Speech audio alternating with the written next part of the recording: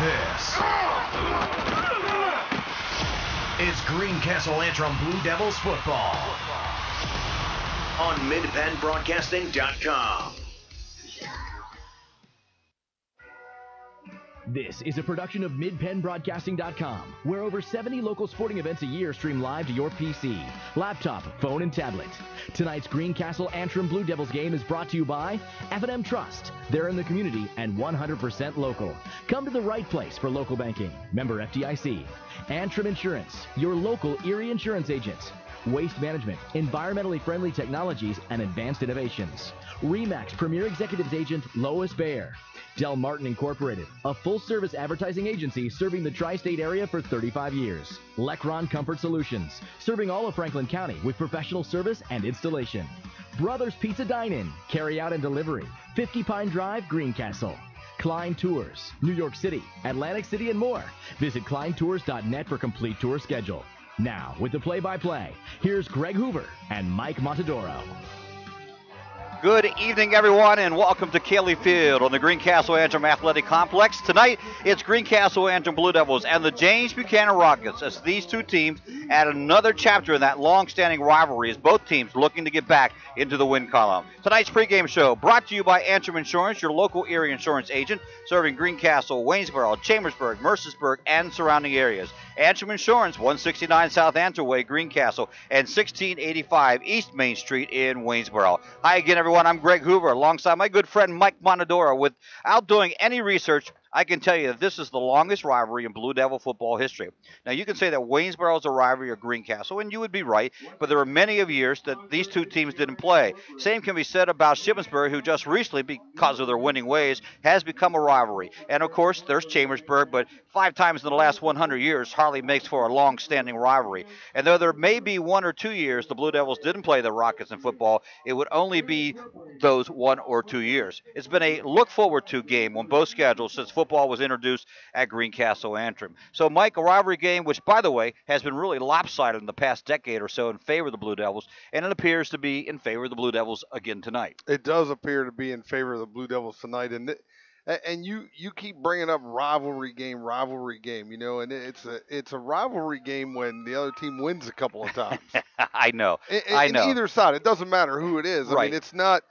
You know, for newcomers, people that move into the area, they look at this game and say, "What? It's really not a rivalry." And you know, I have to agree with you that the rivalry has diminished over the years because of Buchanan's lack of winning in this series. But there was a time when, again, I keep calling them Tuscarora, which is the name of the school district, but it was a time when Buchanan ruled, and then suddenly there was a back and forth, and then Greencastle took over. But, you know, still, when you're only 10 miles apart and the kids run into each other all the time, and certainly with social media today and a lot of the contacts, it's still a game that neither team likes to lose. Neither team likes to lose, and you're absolutely right about that. And the cool thing about this Colonial Division, and I'm sure some of the other divisions have it too, but the cool thing about this Colonial Division is a lot of the schools are very close together, and a lot of the kids have grown up playing sports together, sometimes on the same teams. Mm-hmm. They stay in contact, as you said, social media. They're on each other's Facebook, Twitter. They know each other,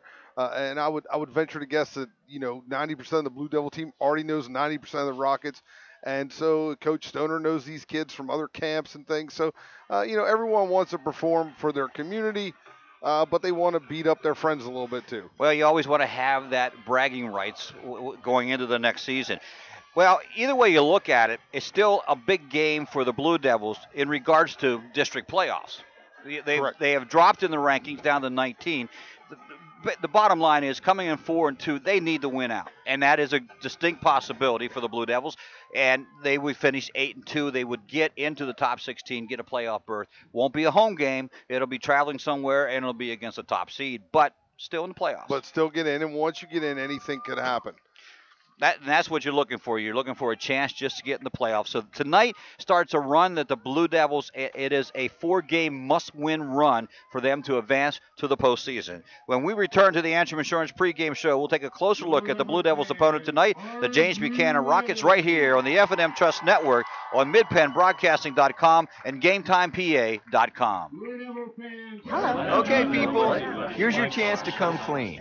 Been punished? What did you do? I backed into a tree. I got dinged at the mall. I hit black ice, then a parked car. And your punishment was? They raised my auto premium. Here's how to stop the punishment. Get Rate Lock from Erie Insurance. With Rate Lock, you'll get a low rate that stays low, even if you file a claim. You're locked in until you change cars, drivers, or your address.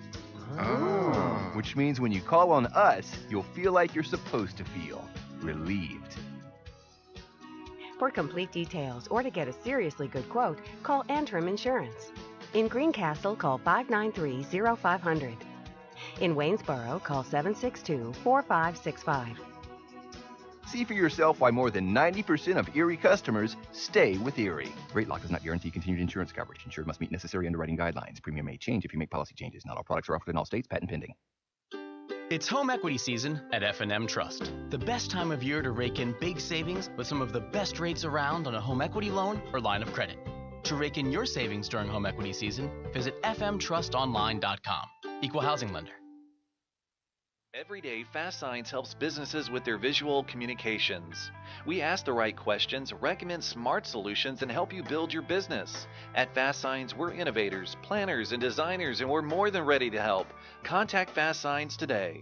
Visit www.fastsigns.com or visit us at our Greencastle and York locations. Brothers Pizza is a proud supporter of the Greencastle Blue Devils. Brothers Pizza offers a full menu, and breakfast is served 7 days a week. Don't forget Brothers Pizza for your next football party or special event. Our menu selection is great for football parties, birthdays, and other special occasions. Dine in, carry out, and delivery. 50 Pine Drive, Greencastle, next door to Comfort Inn. Phone 597-5322 or order online at mybrospizza.com. Live and local. This is MidPennBroadcasting.com.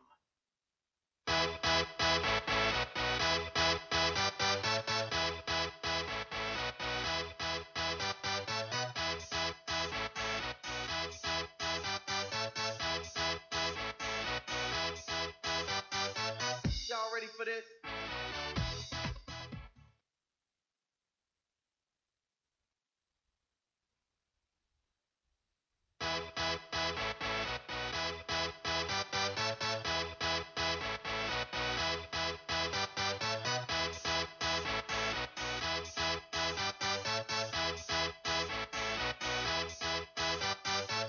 Y'all ready for this?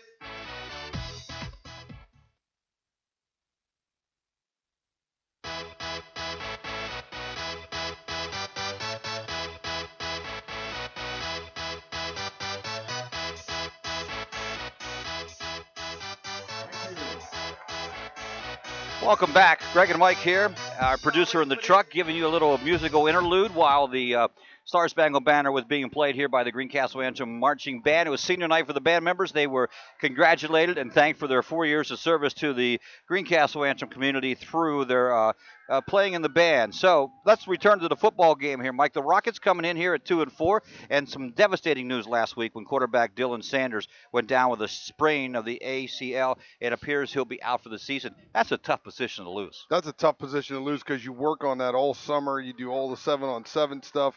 Then you come in and you do your 3-a-days. You go through all that. Then you go through all camp, and then you lose them and you have to replace them in a week.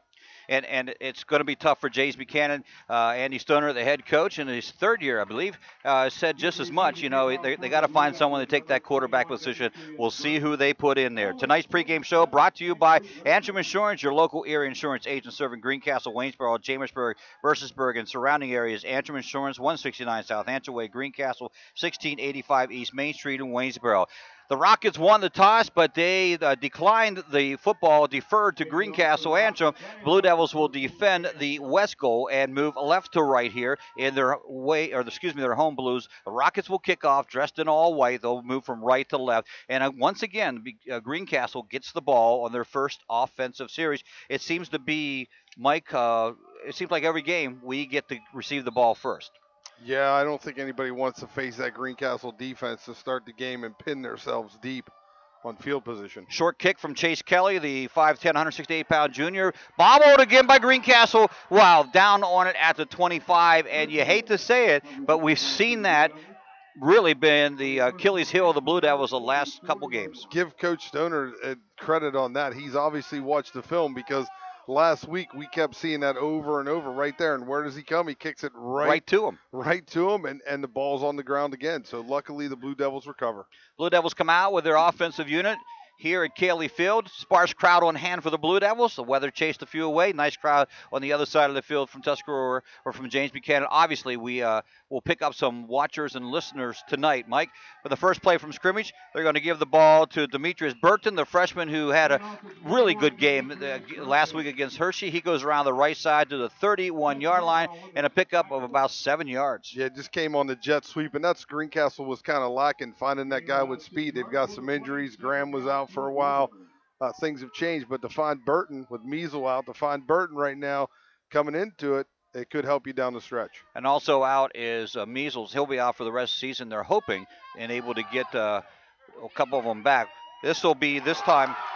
This is Burton again. Breaks through the crowd. Missed by 1 to the 20 to the 10 and brought down at the 5-yard line. They just run the power sweep. Burton keeps his legs moving. A couple guys hit him, but he's keeping his legs, and he's at such a low center of gravity, he was able to split it, get down the sideline, but he gets caught from behind. I don't think he thought anybody was behind him. Coach Tadita said he's an exciting ball player that can break it, and you just saw that. And you said, for a freshman, he'll get stronger, he'll get faster. It's a bright future for Demetrius Burton. Split the backs in the backfield. Spencer under center. This time going to go to the fullback, Vochel. Vochel tries to go around the right side. He gets about a yard on the play, brings up a second down situation for the Blue Devils. They lined up in the ISO play there, trying to run it right up inside, and Vochel took it wide for some reason. The hole was inside. Vochel went wide and gained about a yard on the play. So I think if he hits the hole like it's designed, I think he scores there. And they're doing a nice job on the right side of the line against James Buchanan's defensive front. ISO back in the back now. Vochel by himself. Two wings in tight end there also. And they're going to give it to Hines again, trying to go around that right side again. And down to the 3. It brings up a very interesting third down situation for the Blue Devils. Yeah, that time they went back to the power sweep that Burton broke the big run on. And give the Rockets credit down there in their goal line defense, doing a nice job. Well, they run it twice now. Will they run it 3 times? Hine goes. A lady. That's true. Hine goes to the wing to the left side. Vochel in the backfield all by himself. Spencer under center, and there's a whistle blown and a timeout, I believe. Yes, James Buchanan will take the first timeout of the ball game with just 2 minutes and 4 seconds past, something he didn't like on that alignment, and the defense will talk it over. And really, Greencastle has pulled out Burton in that situation, going with their more power runners. You would think that would work, but what's James Buchanan seeing that's working there? Yeah, the thing interesting for me right now is I don't think Coach Turner wants to give up a touchdown. I think he believes if they stop him here, Greencastle will try to kick the field goal. So Stoner, I think, watches them line up like in basketball. He watched them line up in the formation, calls the timeout. Now he's going to come up and say, hey, this is how we're going to defend this formation and what we're going to draw up to, because they watch film.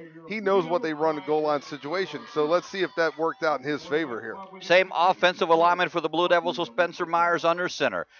Junior quarterback takes it, gives the same play, and he's hit again as Hine comes again and to the 2-yard line. 3 times in a row, that play did net him about 4 yards as it goes to the 2, brings up a 4th down situation on the 6th play from scrimmage for the Blue Devils. Yeah, so Greencastle decides to go for it, not kick the field goal on 4th down, and great job by JB. They tried to go, they ran a stunt on the backside away from motion, thinking that maybe it was going to come back around as like a counter crisscross. 2 in the backfield this time. And Myers just has his line push him through for the touchdown as he walks in for the 6th point. And that's where I think Greencastle wins this football game, is up front at the line of scrimmage. Instead of going crazy and getting too fancy, it was just line up, just go shoulder to shoulder, and we'll just follow you guys in the end zone. Well, I think you're right. For Myers, his 2nd running touchdown of the season, and Hansen comes in to do the extra point chores. 17 of 23, 74% kicker. Sprague to Holt, snaps down, kick is up, looks good from here, and the officials concur. Blue Devils up on the board, 7-0 with 9:18 remaining in the first quarter on the F&M Trust Sports Network on midpenbroadcasting.com and GameTimePA.com. It's home equity season at F&M Trust. The best time of year to rake in big savings with some of the best rates around on a home equity loan or line of credit. To rake in your savings during home equity season, visit fmtrustonline.com. Equal housing lender. Chalk Talk. We talk high school football every Thursday night at 7:30 on midpenbroadcasting.com. Well, the danger of kicking off to the Blue Devils first is they also have the opportunity to score first, and they did. 9:18, only less than 3 minutes into the ball game. It was a 7-play drive that started at the 25, 75 yards. Big play was Burton's run, 3-yard run from Myers to finish it off, his second touchdown of the year. And it is the extra point is good, and the Blue Devils go up on top of this one. If you're listening to Game Time PA or watching us on Mid-Penn Broadcasting, Gary Klein, Mike Berger are up at CD East in Harrisburg as the kickoff rolls out of bounds at the 2-yard line, so it will be the first penalty for the Blue Devils. And they have CD East and Chambersburg well underway. Tough game for the Trojans coming off a win and playing without head coach Mark Saunders. Yeah, we talked about that a little on Chalk Talk last night. I also found out last night on Chalk Talk that Gary can't be at the game tonight because he's working. Wasn't that what he does when he's at the game? Well, apparently he does the games for fun. Oh, okay. But he's at the Orioles game tonight. Oh. And that's more like work. That is more like work. It's Klein's Tours. I can see him going there. Well, let's see who they have at quarterback, Mike. I can't see the number from here. It's a big guy. I will tell you that. They throw in motion. It is number 4, little skip pass. The Blue Devils see it quickly, and it goes nowhere. Yeah, they just run a shotgun formation. They bring the motion across, look like maybe a jet sweep, and then it's like a little option pitch, and there's nothing there. And you're not going to run the football against the Blue Devil defense. They even scared East Pennsboro out of running the football. Well, that's a good point. You're just not going to be able to do it. That is Blake Egoff. He's a 6'2", 163-pound senior, was a wideout, moved to the quarterback position. They've run some Wildcats here without him. They're going to bring one receiver wide to the outside, to the near side. Excuse me. That is Peter Hughley, who does possess a lot of speed. They're going to get the ball to him right away. Sprague needs to get up on him. He gets a little stop, and then he gets some help from his defense, and down he goes for a little gain, but really just 1 yard past the original line of scrimmage. Yeah, and I think this is what you have to do against the Blue Devils. You're going to spread the field, maybe quick passes, try that wheel route that everyone's been successful with, and do those kinds of things. If you're going to jam it up, come out double tights and be inside, you're not going anywhere. Hughley, one of the fastest 400 runners in the state of Pennsylvania. He could go around, just imagine this, he goes around this track one time in less than 50 seconds. Screenplay set up, heavy pressure. Egoff comes out of it, now going to throw it downfield to Hughley, who can't hold on to it, and there is a flag, which most likely will be a holding penalty. I don't know if that's a hold, but they had linemen 12 yards downfield because it was a screen. Yeah, ineligible downfield. Ineligible, that's what it is. It was the funniest thing I think I may have ever seen, but there was a lineman down here about the 50. Right before he threw it, he started running back toward the quarterback, thinking, I think I'm downfield. I think I shouldn't be here, and he wasn't. So it is declined by the Blue Devils, of course, because of the incomplete pass, and so they will punt away. We're assuming they're bringing in their punting team, and it does appear that the quarterback, Egoff, is the punter. Yes, he is doing the punting chores as well. He'll be busy tonight. But that's always dangerous when you put the quarterback in as the punter. Little high snap, brings it down, blocked by Sprague to the end zone. Sprague going to pick it up and roll down. No, he doesn't have it. It's still on the ground, and it's who has it? That's the question. Looks like Egoff got the ball in the end zone. Well, Sprague did get the block, couldn't get the handle on it. The determination from the officials will determine whether it's out to the 20 or if it is a touchdown. They're going to Safety. Yeah, Egoff recovers. Oh, he recovered it. So it's a safety. Sprague blocks it. I was confused on that right there. Usually you come out in a spread punt formation, and if they've got guys with clear shots off the corner, then you yell something and everybody comes into a tight punt. You make sure everyone's blocked, and they didn't. and Greencastle had kids coming off both sides. So I think Sprague was in there before the snap got to him. I think it was. It wasn't the best snap. It was a little high, and it was a clear block, that's for sure. So now James Buchanan, that's the first safety we've seen in a while. James Buchanan will have to either kick or punt from their 20-yard line, so that'll give the Blue Devils excellent position. Is a kick a punt? A kick is a punt, but or they is can a punt a kick. They can do both. Kick from a tee or punt from or kick from a punting position, wise guy. All right. And I was just curious. And to think I opened up with my good friend Mike Monadora. I like to take that back. So the Rockets come out after the 2-point score, and so the Blue Devils will bring out their kicking team. That will mean instead of standing at the 20 awaiting the punt, the deep men will stand at about the 30-yard line. By the way, Egoff will punt the ball. Right. I only asked that question because my wife is probably listening. And she would ask and the she same would question. say, wait a second, isn't a punt a kick? And I would say, I don't know. Punt, going to squiv a little bit to the right side and taken there at the 49 by the Blue Devils. Down the left sideline, still rolling, and wow, just pushed down inside the 30 to the 28. Great run back, but I didn't get a number on that. I think it was Luke Robertson. And they just kicked it to the same place they've been trying to kick off to. And I'm pretty sure it's 24 Luke Robertson with the ball going up the field. So it will be at the 28. Excellent field position for the Blue Devils. The worst thing that possibly could have happened to James Buchanan has. They give up a touchdown in the first offensive series and then a block punt, and they can't get the field in their favor. They cannot get the field in their favor. Greencastle, great field position here. And you got the Burnett kid back on the field. He is in the wing position, comes in motion, takes the jet sweep, trying to get around. Oh, they got him this time, and thrown down for a loss. Initial hit in there by Justin Iverson, a 5'8", 233-pound sophomore for the Rockets. And that is a loss of 6 on the play. Yeah, you got a lineman trying to pull there, and they split it nice. And they run the wing tee over there. They used to run the wing tee a lot at JB, so these guys understand to fill for the pulling lineman where you go, and defensive lineman got right up the field. Blue Devils, 2 in the backfield. In motion comes Sprague to the right side, and Spencer will roll that way. Sees a little opening on the run, tucks the ball, and keeps it, and gets up over the 30, down to about the 26-yard line, depending on the spot, perhaps the 27. Yeah, basically picked up the yards they lost on first down, which will bring up a third and about 9 here. So nice run. I mean, the crease was there for him, and he took the crease. And I'm sure Coach Taninis, if you talk to him later about this, he'd much rather see that. Oh, I'm sure. Than throwing the ball down the field. 3rd down and 9, 4-down territory, no doubt, out of field goal range, as that would be 27 and 7 is 34, 44, maybe not. 44-yarder. Let's see what happens here on the 3rd down situation. Myers looking to pass again. Stops and pops, and nice defensive play by Hughley, and the intended receiver was Hanson. It will fall incomplete, and it'll be a 4th down situation. Yeah, just ran a little curl route on the outside, and Hughley did not have to run 400 yards. He ran about 3 yards, got in front, and a tip on it. And that's a guy, and you're right about that, Greg, though.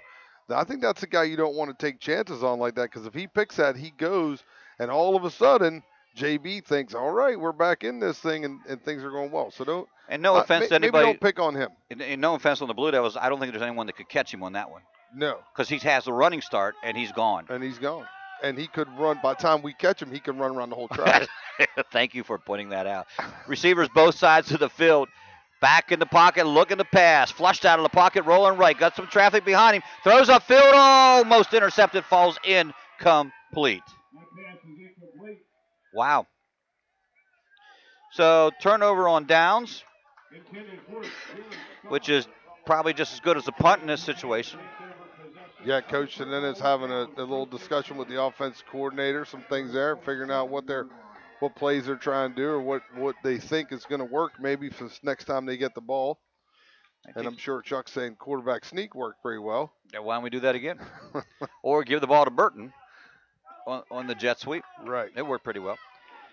Buchanan will spread the field out. 3 to the left, 2 to the right, in a 5-out formation. Egoff standing 7 yards back in the gun, looking to throw. Fires downhill and completes the pass at the 1st down marker. And the Blue Devils get a big hit from Luke Kaga coming up from his safety position. Luke Kaga comes up and he does put the hit on him. And this is what, if you're the Rockets, this is what you have to do. I think the blueprint has been laid out for you, that you're going to have to spread the field and try to get some mismatches with some of the outside receivers. So smart move on their part. See if they stay with it. Jay Liederman made the catch for the Rockets. They'll say the same formation as before, this time with a fresh set of downs. Egoff trying to go around the outside, breaks one tackle, and now reverses Fields and comes this way. Sprague gets on a jersey and finally brings him down at about the 38-yard line. Yeah, and Egoff runs all over the place back there, and he ends up gaining 0 back to the line of scrimmage. So Dunnigan gets the stop. No gain on the play, second down. Or Sprague gets the stop. Dunnigan was the one who applied the pressure. A nice play. They just can't. They don't have enough guys out there to hook that end, and by not being able to hook the end, he popped out late, as you saw it. Right when Egoff was trying to go around the corner, he pops out, and then he had to turn back the other way. 4 to the right and 1 to the left. We'll have to wait till he gets set. And there is a penalty. It's going to have to be a delay of game coming from where it came from, so that'll be a 5-yard penalty against the Rockets. Technically, their first, as the first one was declined.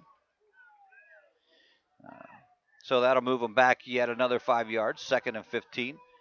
And as you always say, Mike, you just can't start behind the. You can't start behind the sticks, and nope. Coach Stoner, I'm sure he's flipping out about that, because you can't be 2nd and 15 and get back in this.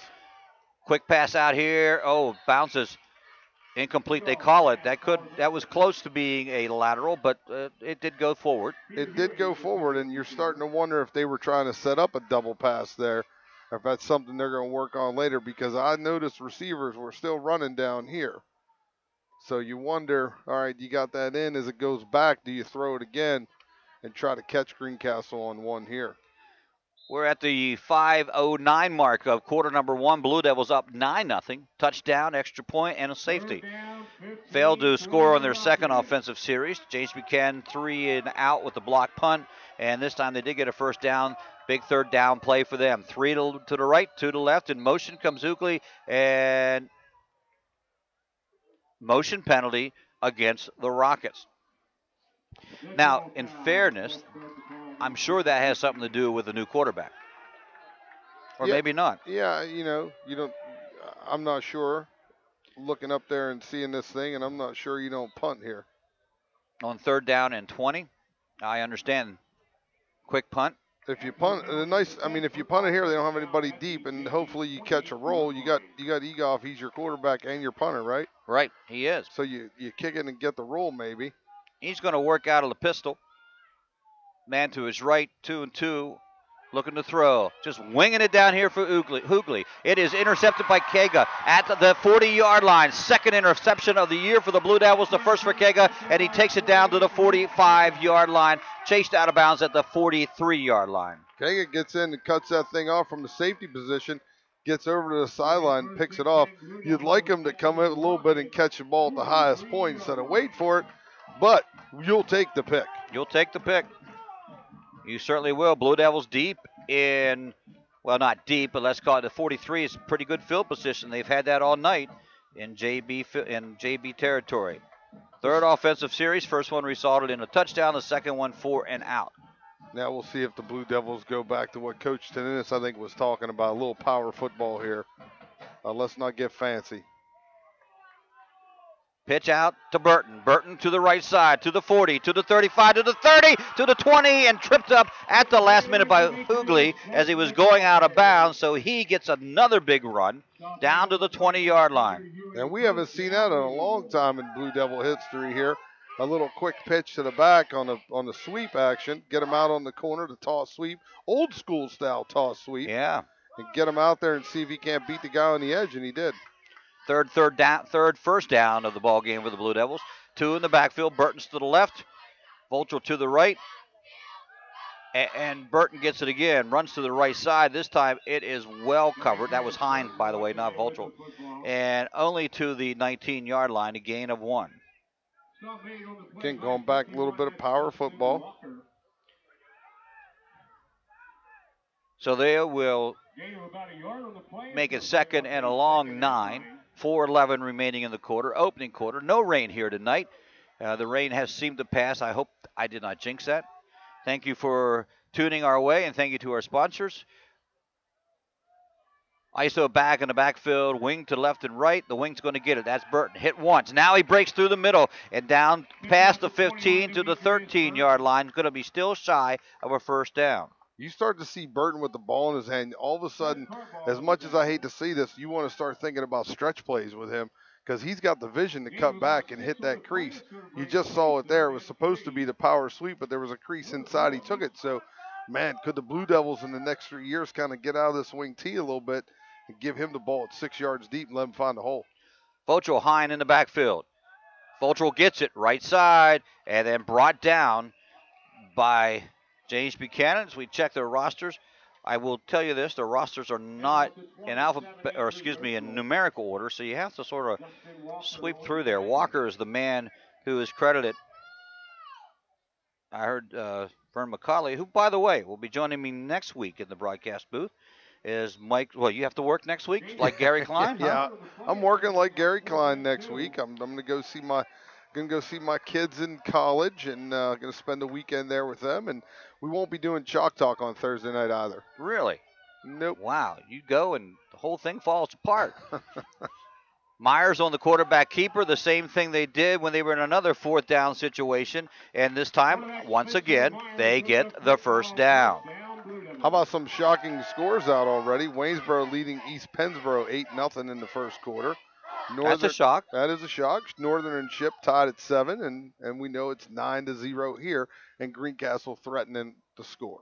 Well, I tell you, Waynesboro, it's really hard to judge.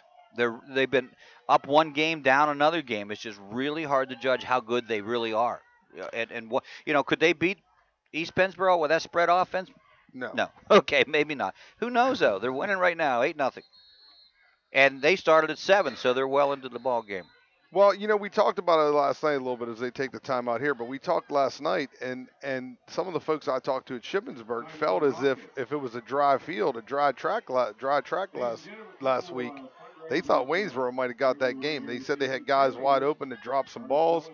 It was a slick field, slick ball, but they thought that Waynesboro had people open. Unfortunately, defensively, they're not stopping many folks either. That's true, too. Remind you that this broadcast brought to you by Mobile Express Deposit from F&M Trust. With Mobile Express Deposit, you can use your smartphone camera to point, click, and deposit checks anytime. Mobile Express Deposit, another great feature built into the F&M Trust mobile app. You can learn more at fnmtrustonline.com. Member FDIC.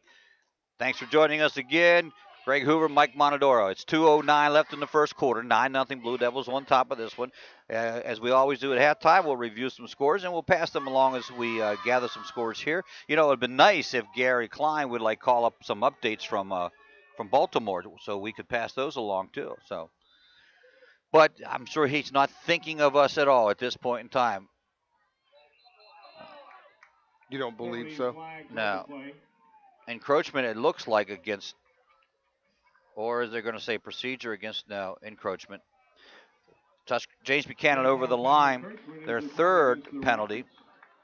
You hate that if you're James Buchanan. You just come out of the timeout, you get your defense set, and then you false start. Well, not false start. You jump over the sort line. Of like a false start. It is.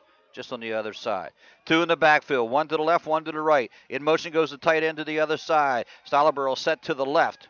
Long snap count from Myers. Now Myers pitch to Burton. Burton trying to go behind Stollerborough and gets down. They're not going to call it. They're going to say he's at the half-yard line. Half-yard line. They came out and ran the old scat play. They flipped the tight end. Notice that JB was playing games at the tight end side because Greencastle was somewhat tight end dominant when they're in that formation. So they flip the tight end, and then they run the little quick pitch here. What do you think? What's everybody in the booth think? Cameraman says he thinks it's QB sneak. I'm going to go with the cameraman. And Myers will get his second touchdown of the evening, his third of the season on the quarterback sneak, which, by the way, has been very effective for the Blue Devils. So now they've just run the score up to 15-0, awaiting the extra point. The Blue Devils starting from their own 43 on that one. but it took a little while. It took 7 plays before they were able to score. They're going to go for 2 because Myers is coming back in, and usually he comes out for that, and they are going for 2. They feel like 17 gets them the number. The chart says go for 2. Go for 2 when you're at 15. Myers moves his fullback up to the wing position and fakes it. No, he gives it to Burton, and Burton gets in for the 2-point conversion. And you're right. It looked like he faked it, then gave it. Yeah, it did. That extra point brought to you by Remax Premier Second State Line, lowest bearer agent, 717-597-277. Blue Devils up 70-0 on the F&M Trust Sports Network on midpennbroadcasting.com and GameTimePA.com. Hey, insurance companies that want to spend $1 gazillion on funny TV ads can go right ahead, as long as it's not my money paying for it. For seriously good auto, home, business, or life insurance, I go to Erie Insurance, where a great price is just the start. You get unbelievable service, independent agents you can really trust, and superior products. But don't just take it from me. Talk to your local Erie agent. Call Antrim Insurance. In Greencastle, call 593-0500. In Waynesboro, call 762-4565. This is Greencastle Antrim Blue Devils football on midpennbroadcasting.com. Kickoff from Hanson to Hoogley. Hoogley at the 30, skips up into about the 35 to 38-yard line. That Blue Devil touchdown, 43 yards on 7 play, 2-point conversion by Burton, the quarterback keeper for Myers, his second of the evening, and the Blue Devils go up 17-0 with 1:34 remaining in just the opening quarter. James Buchanan will come out with their offensive again. For them, this will be their 3rd time they have touched the ball. 1 ended in a block punt, 1 ended in an interception, and now they will see what they can do with this opportunity. Up under center for the first time. They give it to Seth Carball. Carball's a 5'11 junior, gets about 2 yards on the play. Stolliver with the initial hit, and right on the 40-yard line. First time they went under center, Mike. First time they went under center, which has me a little bit baffled here because, again, I don't think you're going to be able to run the ball down the field against the Blue Devils. So, but do you try to keep them honest? No. Okay. I was just trying to bring up a point. I appreciate that. Yeah. You do slow down the game, though. Yeah. Egoff, pitch back now to Carball again, and he's thrown for a 5-yard loss back at the 35-yard line. I see your point. Clayton Hartman with the initial contact for the Blue Devils. One more play before the quarter comes to an end. They'll switch sides. 3rd, and actually they're going to give forward motion at the 36-yard line. 22. We'll see if they get this one. 3rd down situation for the Rockets. 3rd down and 12, we'll call it. Now they'll go back to the gun as Egoff back there by himself. 5 wide, 3 right, 2 left.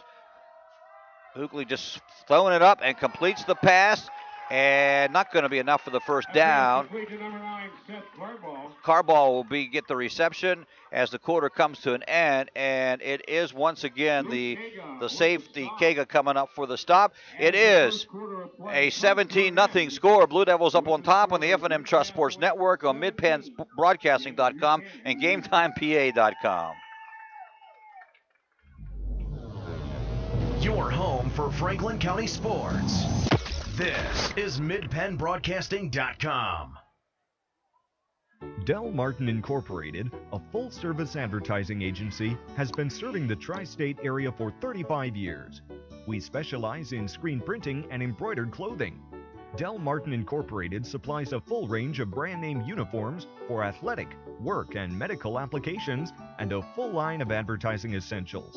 We have an in-house artist ready to put your ideas to work for you.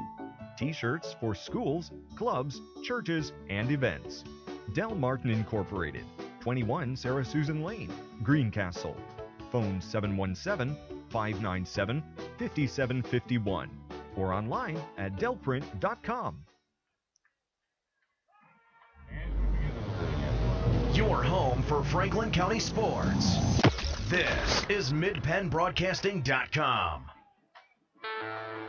17 first quarter points for the Blue Devils. They lead this one 17-0. Start of quarter number 2, a punting situation facing the Rockets as they are 4th and 7. And let's see what they do here. They're going to go ahead and punt it. Sprague get back there this time, but someone blocked him. Hanson's back there all by himself, and the ball will take a James Buchanan roll, now a Greencastle roll, inside the 20 to the 18. Nice punt from Blake Egoff. Greg, you've been doing this a long time. You've been around here for a long time. I know this is a Colonial Division matchup tonight, but in the history, we got a flag down, but in the history of these football times, hey, can you ever remember, one, a coach being suspended, or two coaches in the same conference being suspended for a week? Well, they're not in the same conference, but from the same county. Same county. Sorry. No, really. It is a penalty goes against us. James Buchanan and the Blue Devils will decline it. No, that is a strange turn of events, I must say so. By the way, a little surprise out of Speed Ebersole Field, where Chambersburg and CD East is playing. The Trojans are trailing just by 2 on 2 pick 6. They're down 14-12. Greencastle with the football. In motion goes Sprague. Sprague gets it on the jet sweep, trying to go around the right side. James Buchanan sees that well, and Sprague goes down without making any yardage. Matter of fact, the loss of a yard on the play. Loss of the yard, and what you're going to see is you're going to see the jet sweep motion coming, because JB's flying out to the jet sweep, and then you're going to see the ISO right in behind it from where the motion started from, and it's going to be a huge gain for the Blue Devils. And then somewhere along the line, the counter crisscross. Which will probably go for a score. It usually does. Second and long. Might have them right here. Nope, not in the formation. No, they're not in that formation. 2 receivers. Back to pass. Spence setting up the screen pass. Has Hines wide open. Completed pass to the 25, the 30, to the 40. Has the first down and is going to be brought down at about the 40-yard line. Blue Devils have an injured player down. It looks like Morgan Bush, perhaps. You got Morgan Bush on the center. field. And he is down. Big play on that one. Good call offensively. So the Blue Devils pick up another first down, but this is always, is it 53? I believe it is. Yeah, I believe that's Bush. Morgan Bush. Unfortunately, that center, that's a tough position too for timing. Right, you got to get that snap, make sure it's in the same spot, and all those things, and you get pretty fond of your center over the years. Well, you do, and a Greencastle team that's prone to false starts anyway, this wouldn't help the situation. Now, Blue Devils have no penalties on a false start yet, as I say that. I know. It always messes with the mojo. I know, but nevertheless, Greencastle, the only penalty through the first quarter was on the kickoff going out of bounds, and at this point in time, James Buchanan has actually 5-2 declined 3 penalties for us here. Well, everybody's out taking a look at Morgan Bush. We have a chance to tell you that coming up at halftime, we're going to give you the phrase that pays, for lack of a better word, or your chance to receive 2 tickets and bus transportation from Klein's Tours to the Philadelphia Eagles and Washington Redskins game Saturday, December 20th at FedEx Field in Landover, Maryland. Go to the website, click on registered, and we'll give you the phrase at halftime. You see Bush coming off by him, he's being helped off by the trainers for both teams. And Coach Stoner. Is that who that is? Yeah. That's a class act. Coach Stoner's a good guy. He's a good guy. He really is. Appreciate his help there. He really is. And you know, as you talk about a rivalry, and you don't always root for James Buchanan, only when they're not playing Greencastle for me, because I know a lot of people over there. But you want this football team because, he is a good guy. You want him to succeed, just not tonight. Right. Just not tonight. just not tonight. Yeah. He's just not tonight. So injury bugs have hurt the Blue Devils tremendously this year, too. We'll have to try to get a number of who's under center then. Good snap that time. The ball goes to the fullback, Votro. Votro about a yard up. And off to 27, Andrew Votro. So I'm thinking perhaps, no, I don't know. We'll see who comes out of that huddle first. 62, 78. 78 is the tight end. No, it isn't. 78. No, it isn't. No, it isn't. 78. 78 your center. Randy Harn. Randy Harn in for injured Morgan Bush. Under center is Myers. Straight back pocket, looking to pass quick. Does. Hits Sprague at the 43-yard line. Hit right away, but he picks up about 5 yards with forward motion. They're going to spot him at the 37-yard line. First completed pass for Spencer Myers in this ball game. Yeah, nice completion. Just got Sprague right there. Picked up a bunch. Makes it a short 3rd and 2 here. And Greencastle's offense just kind of looks out of sorts a little bit tonight. You know? Yep. Steve's calling for the QB sneak again. He thinks when you need 3rd and 6, you just go. Go with that. Go with that. You can get 6 with it. Well, we'll see what the call is. Nick Silva comes wide to the near side. Sprague is over there on the far side. Guess what? It is the quarterback sneak. And guess what? He gets the first down. He does get the first down. Suddenly, our cameraman looks like a genius. He is a genius. An offensive genius. It's easy up here. It is easy. Yeah, it is easy. And listen, JB defended it. Yeah. They lined up. They got everybody in all those gaps. They even brought a linebacker up through a gap, and they defended it. And we've known since the beginning of this game that Greencastle's offensive line was going to move JB's defensive line, and that's just what happened there. Second first down of the drive, 1st and 10 for the Blue Devils. Same formation, except they'll flip the 2 receivers. Looking at blitz, going to give it to the first man through. That's Vochel. Finds some running room coming up the middle. He gets slammed, WWE style, at the 46-yard line, but not before he picks up a big hunk of yardage there. Yeah, they ran a little bit of the guard trap, and you saw the linebacker come to this side, took himself right out of the play. Again, when you're stunting like that, you're blitzing the linebacker, you're guessing. And sometimes you guess wrong. That time they guessed wrong, and Votrel was able to hit the guard trap back behind it and pick up about 8 on the play. 2nd and 2. Well, Steve, what, you want to go with the keeper again? Or you want to hold that off for another play? 2 in the backfield.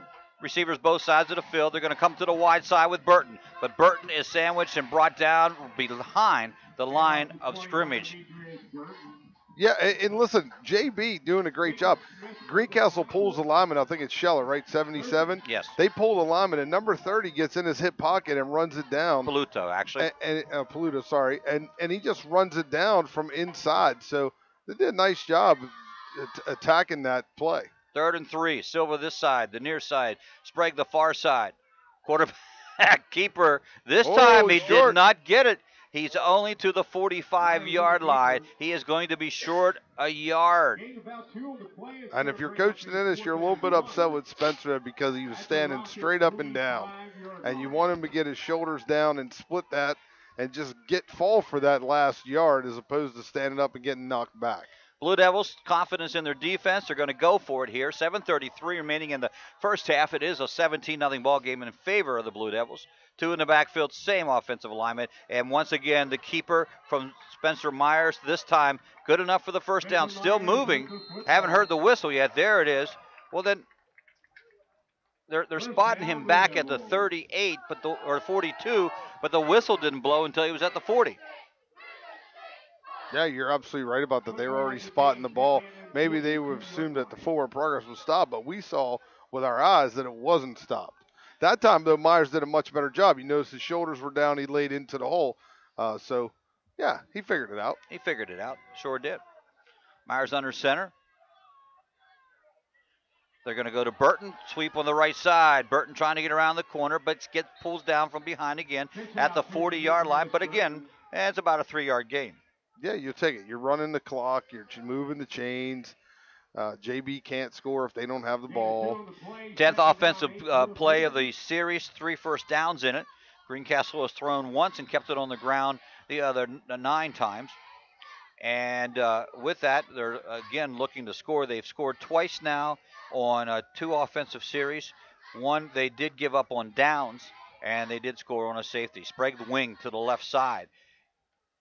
And the handoff goes to Votrel. Votrel straight up the middle from that fullback position. Picks up 3 yards again.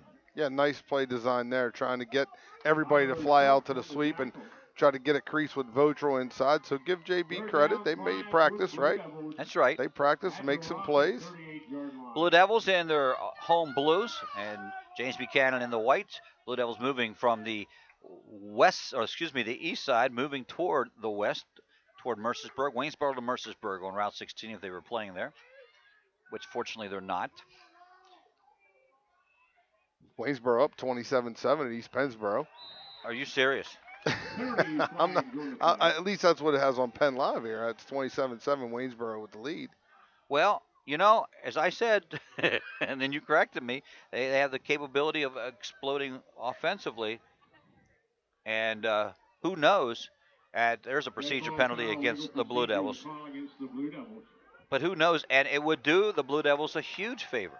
Huge favor for the Blue Devils. Put them right back into an opportunity for a league title. That's right, or at least a co-title. As they each would have one loss if Blue Devils could beat Waynesboro and James Buchanan and Shippensburg and Northern. 3rd and 11. Myers rolling. Setting up the screen again to the really to the end. Stolliver on the left side. Stolliver to the 40. Throws one guy down, 2 guys down, and then finally gets brought down at the what is that going to be? The 31-yard line. 36-yard line. 36, so he's going to be sure of the first down. And man, I'll tell you what, you'd love to have that play back if you were Connor Shank. Connor Shank was out there all by himself. One guy to block. If he blocks one guy, it looks like Stolliver goes the distance. He misses the block. And it's tough for a lineman to block out in space. Yeah. They love to block those guys when they're all shoulder to shoulder, but out in space, that was a tough block for him. And the corner got away from him and was able to slow Stolliver down enough for enough people to catch up. 4th and 4. Not really the time for the keeper. Back to pass throwing. Up in the air, knockdown, good defensive effort, intended for Sprague, but it was knocked down by Shamar Pates, and it will be another 4 downs, giving the ball back to James Buchanan. However, still good field position if you're the Blue Devils. It's going to be at the 36-yard line in JB territory, and a long way to go for Paytard for them. 4:37 to go. Still 17-0 Blue Devils. JB wants to come back out in that 5 wide. That's the right move. Looking to pass. Almost didn't get it there. They get it out to, there's a flag on the play, out to their wide out, and it is at the 36-yard line. I think he's going to get called for a block in the back, and that's going to put him way behind the sticks.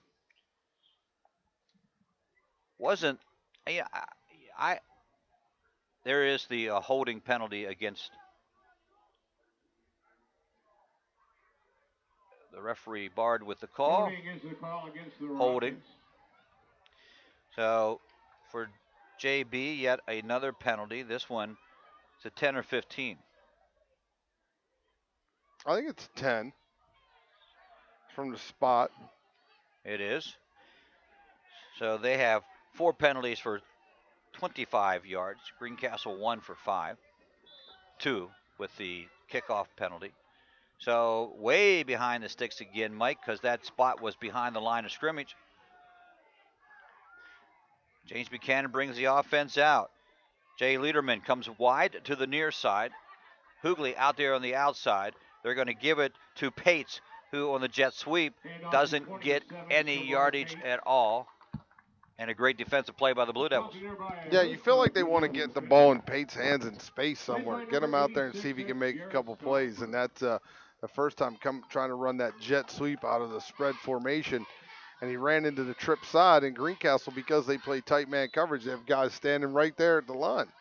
I think, too, that somehow, if I had the athlete like Hoogley, I'd like to get him the football somehow, too, not just in the passing realm of things. From the pistol, or actually the gun, 2-step drop, wings it up here, and almost caught. I don't know who it was intended for, but Lederman almost brought it down. Defended well by the Blue Devils, but it got into the hands of James Buchanan. They couldn't bring it. Yeah, could not come down with the football in that play, but maybe not the best. Still early on, and as your Egoff is back there trying to throw the football, but not the. It's probably a well-designed play, but wasn't run correctly because you have 2 receivers within 3 yards of each other. Someone didn't run to the right spot. Right, which brings, the object of a passing game is to clear a zone and then bring someone back into the zone, not put 2 guys in the same place. This time they'll bring Hoogley to the near side of the field. It is the wide side. They work from the left hash. Pates on the jet sweep, but he's not there. Ryder puts some pressure on. Quarterback Egoff has to keep it, and he goes up to the 24-yard line for a loss of about a yard, and the punting team will come out again. So 3 and out, as James Buchanan will be forced to punt it away with 3 minutes remaining here in the first half, and the Blue Devils with all their timeouts left. Normally in their punting situation, Mike, they put Sprague back there with Hansen. Sprague has been moved up to look to block, and he was successful in his first one, almost on his second one, too. Let's see what he does here as Egoff awaits the ball. Here comes the punt line drive over the head. Hansen on the one hopper, goes around to the left side, breaks one tackle, now reverses field to the right side. Stiff arms another, but that time he's brought down at the 42. Return of about 10 yards, so puts the Blue Devils in James Buchanan territory. Yeah, and just all he had to do was get the ball and keep it from going all the way down to the 10 the way that ball was kicked, and he was able to pick up a couple of yards with it. But we do have a foul on the play, and you got a block in the back against the Blue Devils, so that's going to be a spot foul. It'll still be 1st and 10. It'll just be from where the penalty is. Third penalty for the Blue Devils. 10-yard penalty, major one marched off against the Blue Devils.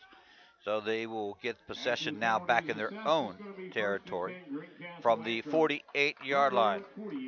Not overly thrilled tonight with the Blue Devil offense. They just kind of look choppy at times and just not in too much of a rhythm. And I think if you're coaching in this, that's what you want to see here. You want to see 2 minutes and 39 seconds of some kind of, and credit JB for that. JB's doing a nice job against the run game.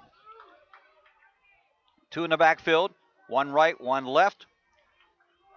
First man through, the draw is sort of like the draw, but it's the first quick hitter to Votral, and he gets to is it Hines? Yeah, they're going to call it Hines there, and he got it to about the 48 and a half, 49 and a half, or whatever you want to call it. Over into James Buchanan territory once again.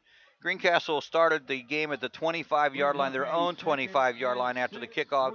That has been their worst field position. They had opportunities at James Buchanan 28, the 43. 19 was after one of the punts. Myers rolls this way, looks to throw, stops, and fires downfield to Sprague. Sprague with the catch at the 25-yard line, brought down immediately, but not before he picks up the first down and covers a lot of territory. There is a flag way back at the 49, another holding penalty on the Blue Devils, and that will negate that big play. Yeah, great route by Sprague. Nice catch with his hands, got his hands up, caught the ball in stride. Nice throw by Myers, and all for naught, Greg. All for naught. It seems like when they get in a rhythm like that, the penalties, be it the motion penalties or this penalty, holding, has affected them greatly. Obviously, James Buchanan will take that penalty, march the ball back to the 39, 2nd and about an acre for the Blue Devils, with 1:54 left. For the Blue Devils from their own 39-yard line. 2 in the backfield for the Blue Devils, slot right. Myers looking right, looks back to his left, doesn't see any one thing he likes, and runs it out of bounds at the 47, 46-yard line. That stops the clock at 1:39. Blue Devils up 17-0, trying to get one more score before the half. Don't forget, at the half, we'll review the first half of play here. We'll check the scores from throughout the Mid-Penn Conference, and also talk about this game, what needs to be done in half number 2. And give you a chance to win with the phrase that pays for a chance to win 2 tickets from Klein's Tours to see the Eagles and the Redskins. More of that coming up at the half. Myers comes our way to the near side of the field. Under some pressure, but finds Sprague coming back for the ball, who has to go down to the ground to get it, but he gets it at the 45-yard line, a mere 3 yards away from a first down. Greencastle going to take a timeout here, trying to set up a 4th down play. They got a short 4th and 2.5, so this will be, I think they have 2 timeouts left, right? Right, well, what do you get? You get 2.5? 3. What is it, 3.5? 3.5. Every half. Every half. I said that one time, you said, no, that's not right. No, I didn't say that. And I began to question myself. No. And I should never have questioned myself. No, you're right. I think we were talking about overtime. They get 1 in each overtime. Might have been it. But we weren't ever in an overtime. Why would we say that? Anyway, maybe last year we were. Okay, all right. Just James Buchanan has taken 2. I only have Greencastle with 1. I'm not sure they took the other one, so they will have 2 left after this one on a 4th and 2 situation for them. And the one and only Magic Johnson. So yeah, you got fourth and 2 here. You pick up the first down. The clock's going to stop because it's a first down until they set the chain. So you don't need a timeout if you get lined up and go. But with 1:25 on the clock, 2 timeouts, you have plenty of time. From the left hash mark, Hansen comes to the near side. You see him down there to Myers' left. Sprague at the wing position on the right side. Looked like the tight end moved, and you heard the whistle, and I believe that is going to be the call. I saw him move, so not unusual that the official would see him move. And it wasn't much, but enough to move it back 5 yards. Move it back 5 against the Blue Devils, and coaches will not be happy about that because that just adds to your 4th down call here. And that'll be the 5th penalty for the Blue Devils. You know, that's they have been averaging 6.5 penalties a game, costing them about 53.5 yards. 11 in Chambersburg was the high mark, 8th the next week at Littlestown, and then they have gotten it under control a little bit since that, only 4 last week. Myers straight back, looking to pass. The pattern to Sprague, and Sprague is it's overthrown, and that will again turn the ball over in downs for Blue Devils. Yeah, the only thing I don't like about that play call, Greg, is that's a low percentage pass.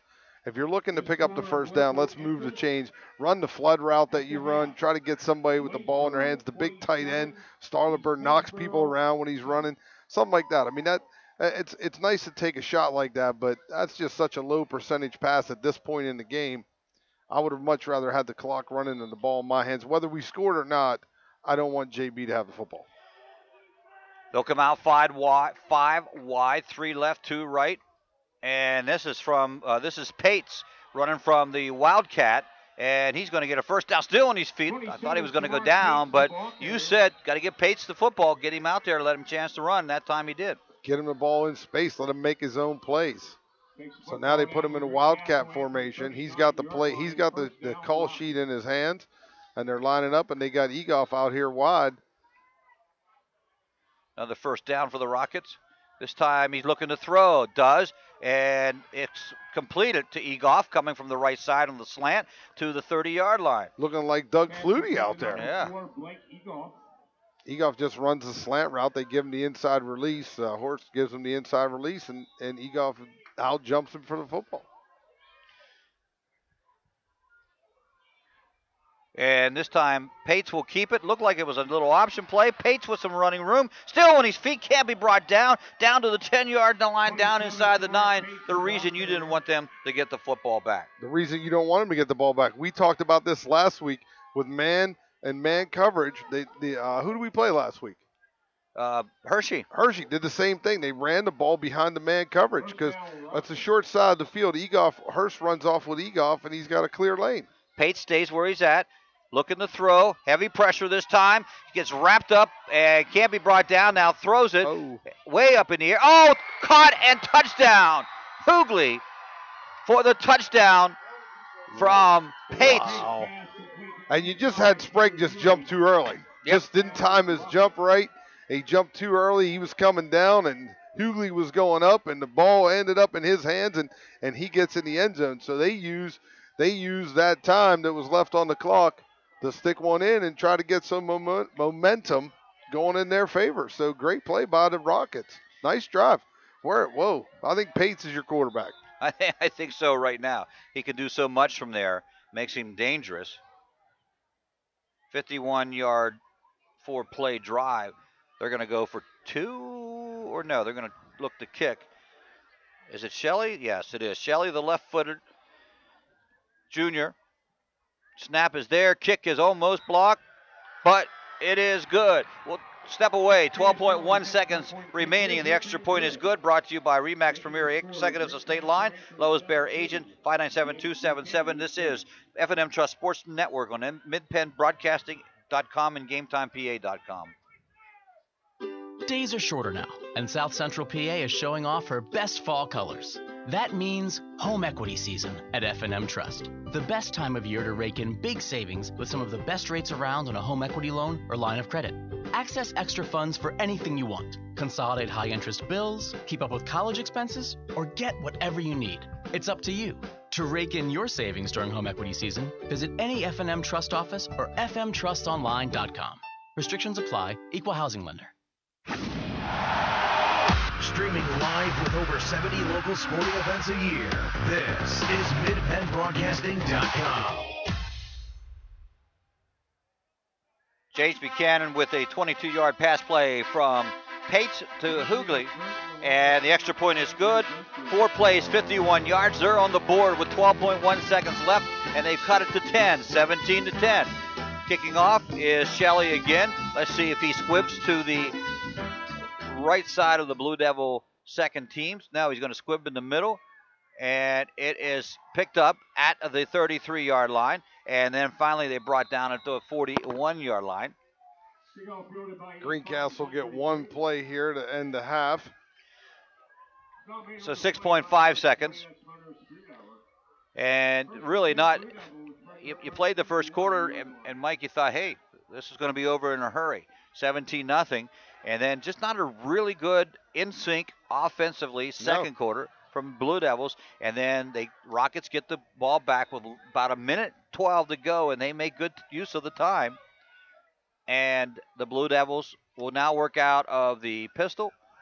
Myers standing with receivers on both sides of the field. Looking to throw long, and does. Launches it out here of Stolliver. Stolliver was turned the wrong way, or Myers threw to the wrong spot. And unfortunately, the clock stops with 0.1 seconds left.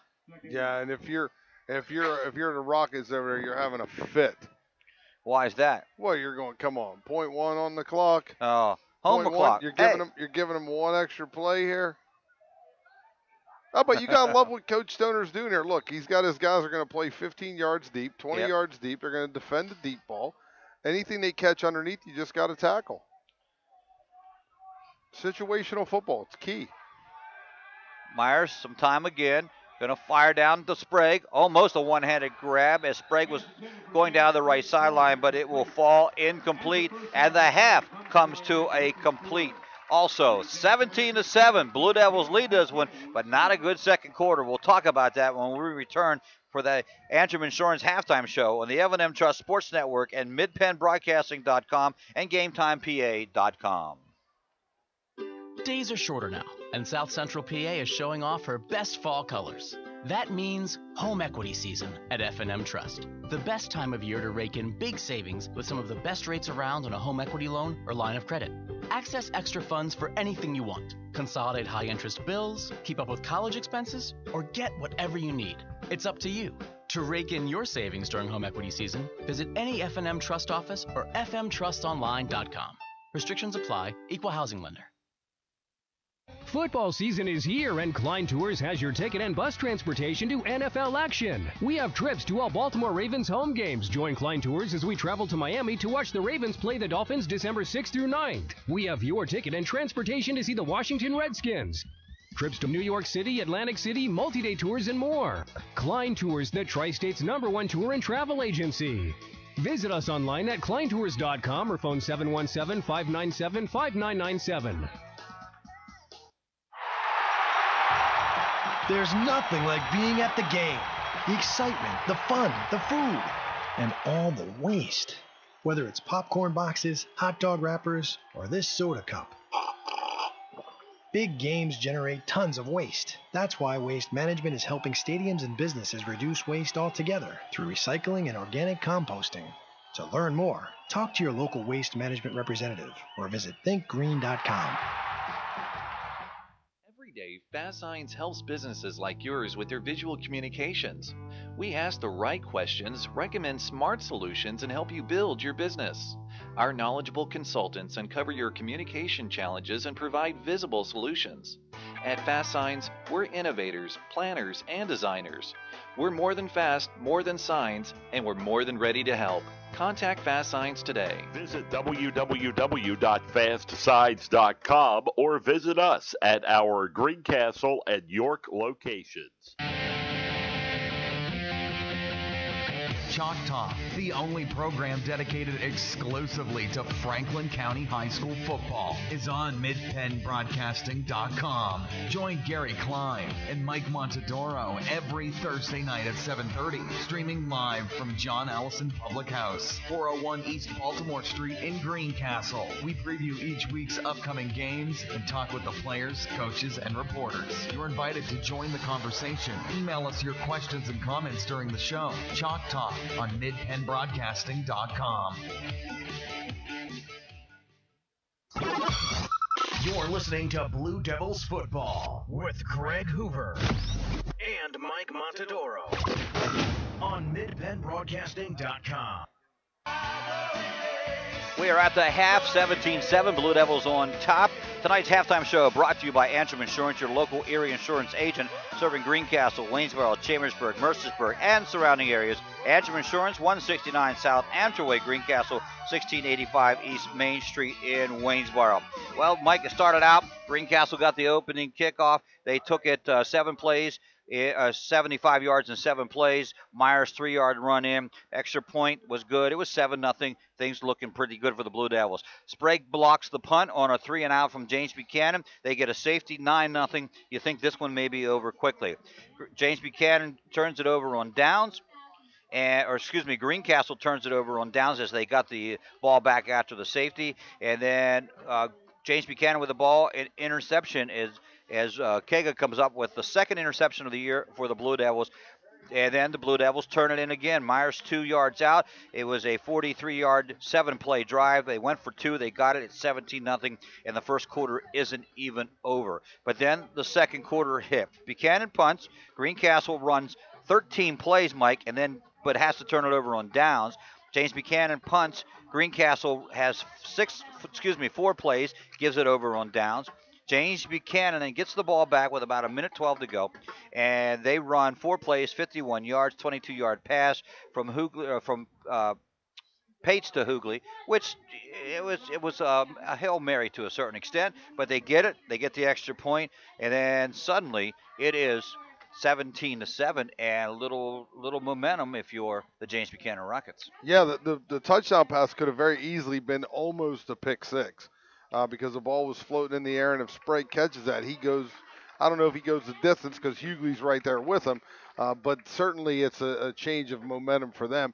But they do sneak it in. So Pates is probably going to be your guy in the second half. I would think. You like if you're JB, you like some of the things you're doing with Pates, coming out in the 5 wide, running everybody off a man, getting him on the corner, and down here he ran 15, 20 yards. Kind of before he was touched. So you like what you're doing with Pates. I think you're going to see that coming out. I give Coach Stoner credit for that. I make fun of offensive coaches all the time for not, getting out of what's working to try something different. They did go under center one time in that first half, and it didn't work out for them because we knew it wasn't going to, because you're not going to bunch them in together and run against the Greencastle team. So give them credit for going 5 wide. Greencastle just has not found an offensive rhythm tonight. No, and you wish you could put a finger on it. It's not like the injuries that occurred in the last couple of games with measles and then also with Kyle Peck. They played without them, so that should be done. Now Morgan Bush, the center, went out, and again we had that hurts a little bit of the rhythm, but that rhythm problem was there before Morgan went down with the injury. Very much so, and I think what we've noticed the last couple of weeks, and I mean if you want to kind of put your finger on something, yeah, I think what we've noticed is that teams now are saying, hey, we're going to load up and stop the run against you guys because you throw the ball more this year than you have in the last couple, but lately in the last couple of weeks you've not have great success with that, and because you haven't, we're going to load up and make you try to throw it to beat us, and that's kind of even the series where Greencastle's come out here and tried to throw the football a little bit tonight, it's not been greatly successful. No, it has. In fact, the one big completion they had was called back because of a penalty. Yeah. And then Greencastle did that in the later stages of the fourth quarter. They shot themselves in the foot again, which has been the past couple of games with penalties, and you just can't do that. Here's an interesting stat, I think, for you. The passing attempt per game, Greencastle 17, their opponents 15 and a half. That's that's unusual for the Blue Devils to have more passing attempts than their opponents. They're completing 8.3. Their opponents are completing 6.3. Greencastle with 104.5 yards per game in the air. Their opponents 123. So again, the run is certainly more effective for the Blue Devils. They average about 213 yards on the ground. They rush the ball 40 sometimes a ball game. But tonight, just the rhythm isn't there. The bright spot, I think, if you're Greencastle looking for the bright spot, is the emergence of Demetrius Burton.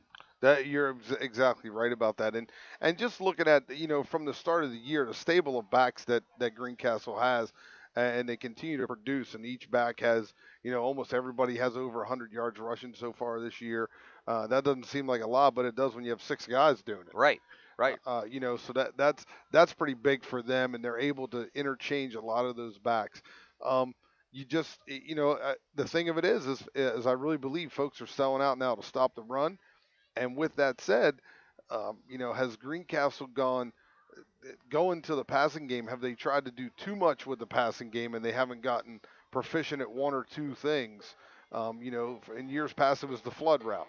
Right. Just run the flood, and we'll hit the flood, or we'll hit the tight end on the drag. Well, you see so many different things now. When Bray Peck was in, we did hit the tight end on the drag. Now Bray's not been there, so that's maybe something that's affecting the passing game a little bit, because you don't have to cover that underneath drag route now. So, it's just not coming in early in the season for where we are right now. I thought the passing game would be a lot more proficient than kind of what we've seen the last couple of weeks. So, and you, again, if you're sitting up there, if you're, it's a meeting that you sit on Sundays with coaches and go, are we doing too much? Are we trying to do too much with the passing game? Should we scale it back a little bit? I don't know the answers to those questions. I just know that right now, it just doesn't look good.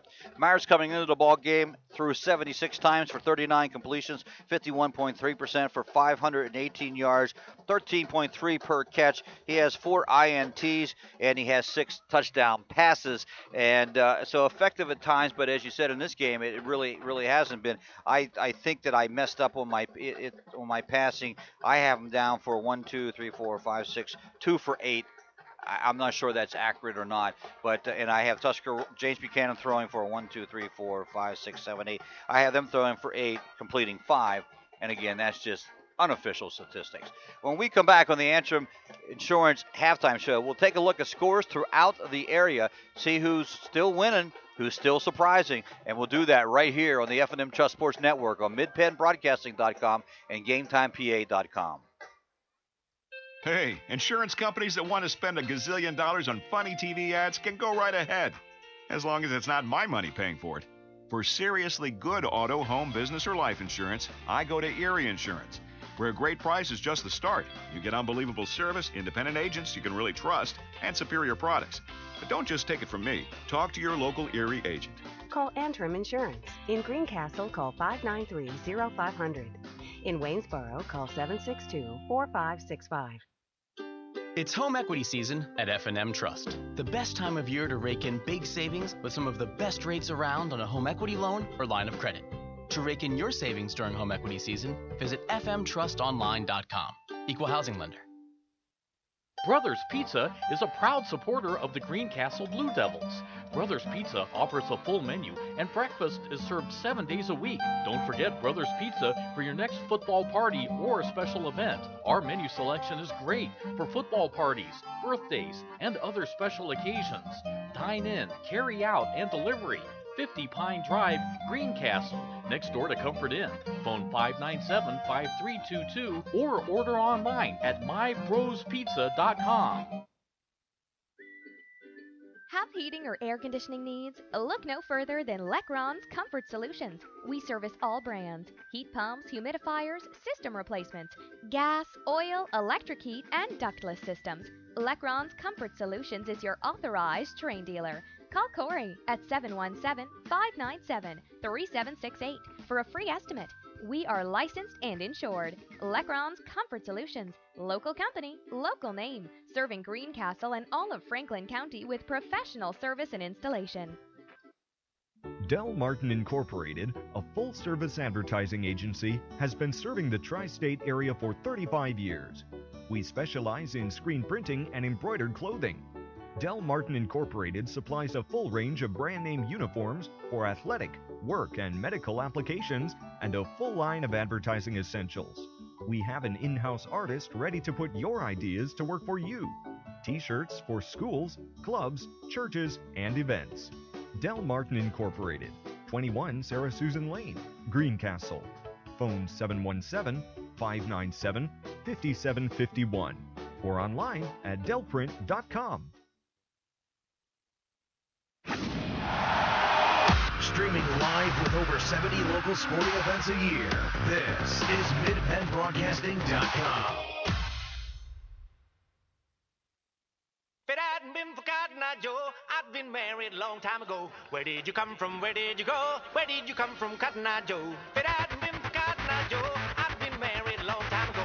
Where did you come from? Where did Taking you this go? opportunity Where did to you come from, Cotton take a Eye look Joe? at the James Buchanan High School Marching Band, doing a little Frankie Valley before that. I was going to say Four Seasons, Frankie thing. Valley and the Four Same Seasons. thing, But I wasn't going to pull out Frankie Valley. I'm glad you did. Well, and I heard you singing along, which is always dangerous in my headsets, but nevertheless, we're enjoying the music here at Greencastle, Antrim, at Kaley Field.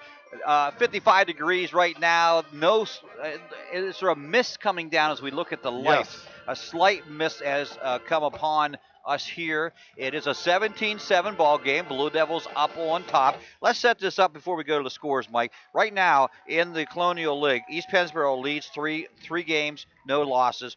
Northern York is 2-1. Then Greencastle, Waynesboro, and Shippensburg are 1-1. JB's 1-2, and Big Spring is 0-3. So let's check out those scores now to see how that affects that. And Waynesboro throws a big wrench into this entire mix tonight. Right now, I still have them leading East Pennsboro 27-7 at East Pennsboro, which would be the shocker of the night, or the shocker of the season, quite honestly. Redland up 34-0 at Big Spring, kind of what you would expect. Northern York and Shippensburg at 7-7 tonight, homecoming game at Ship, and that might be a little bit of a surprise. I would expect Northern maybe to pull that one out tonight. And then James Buchanan, Greencastle here at 17-7, and we believe, I don't know, do we have an update on Chambersburg? They were at the half against CD East with that.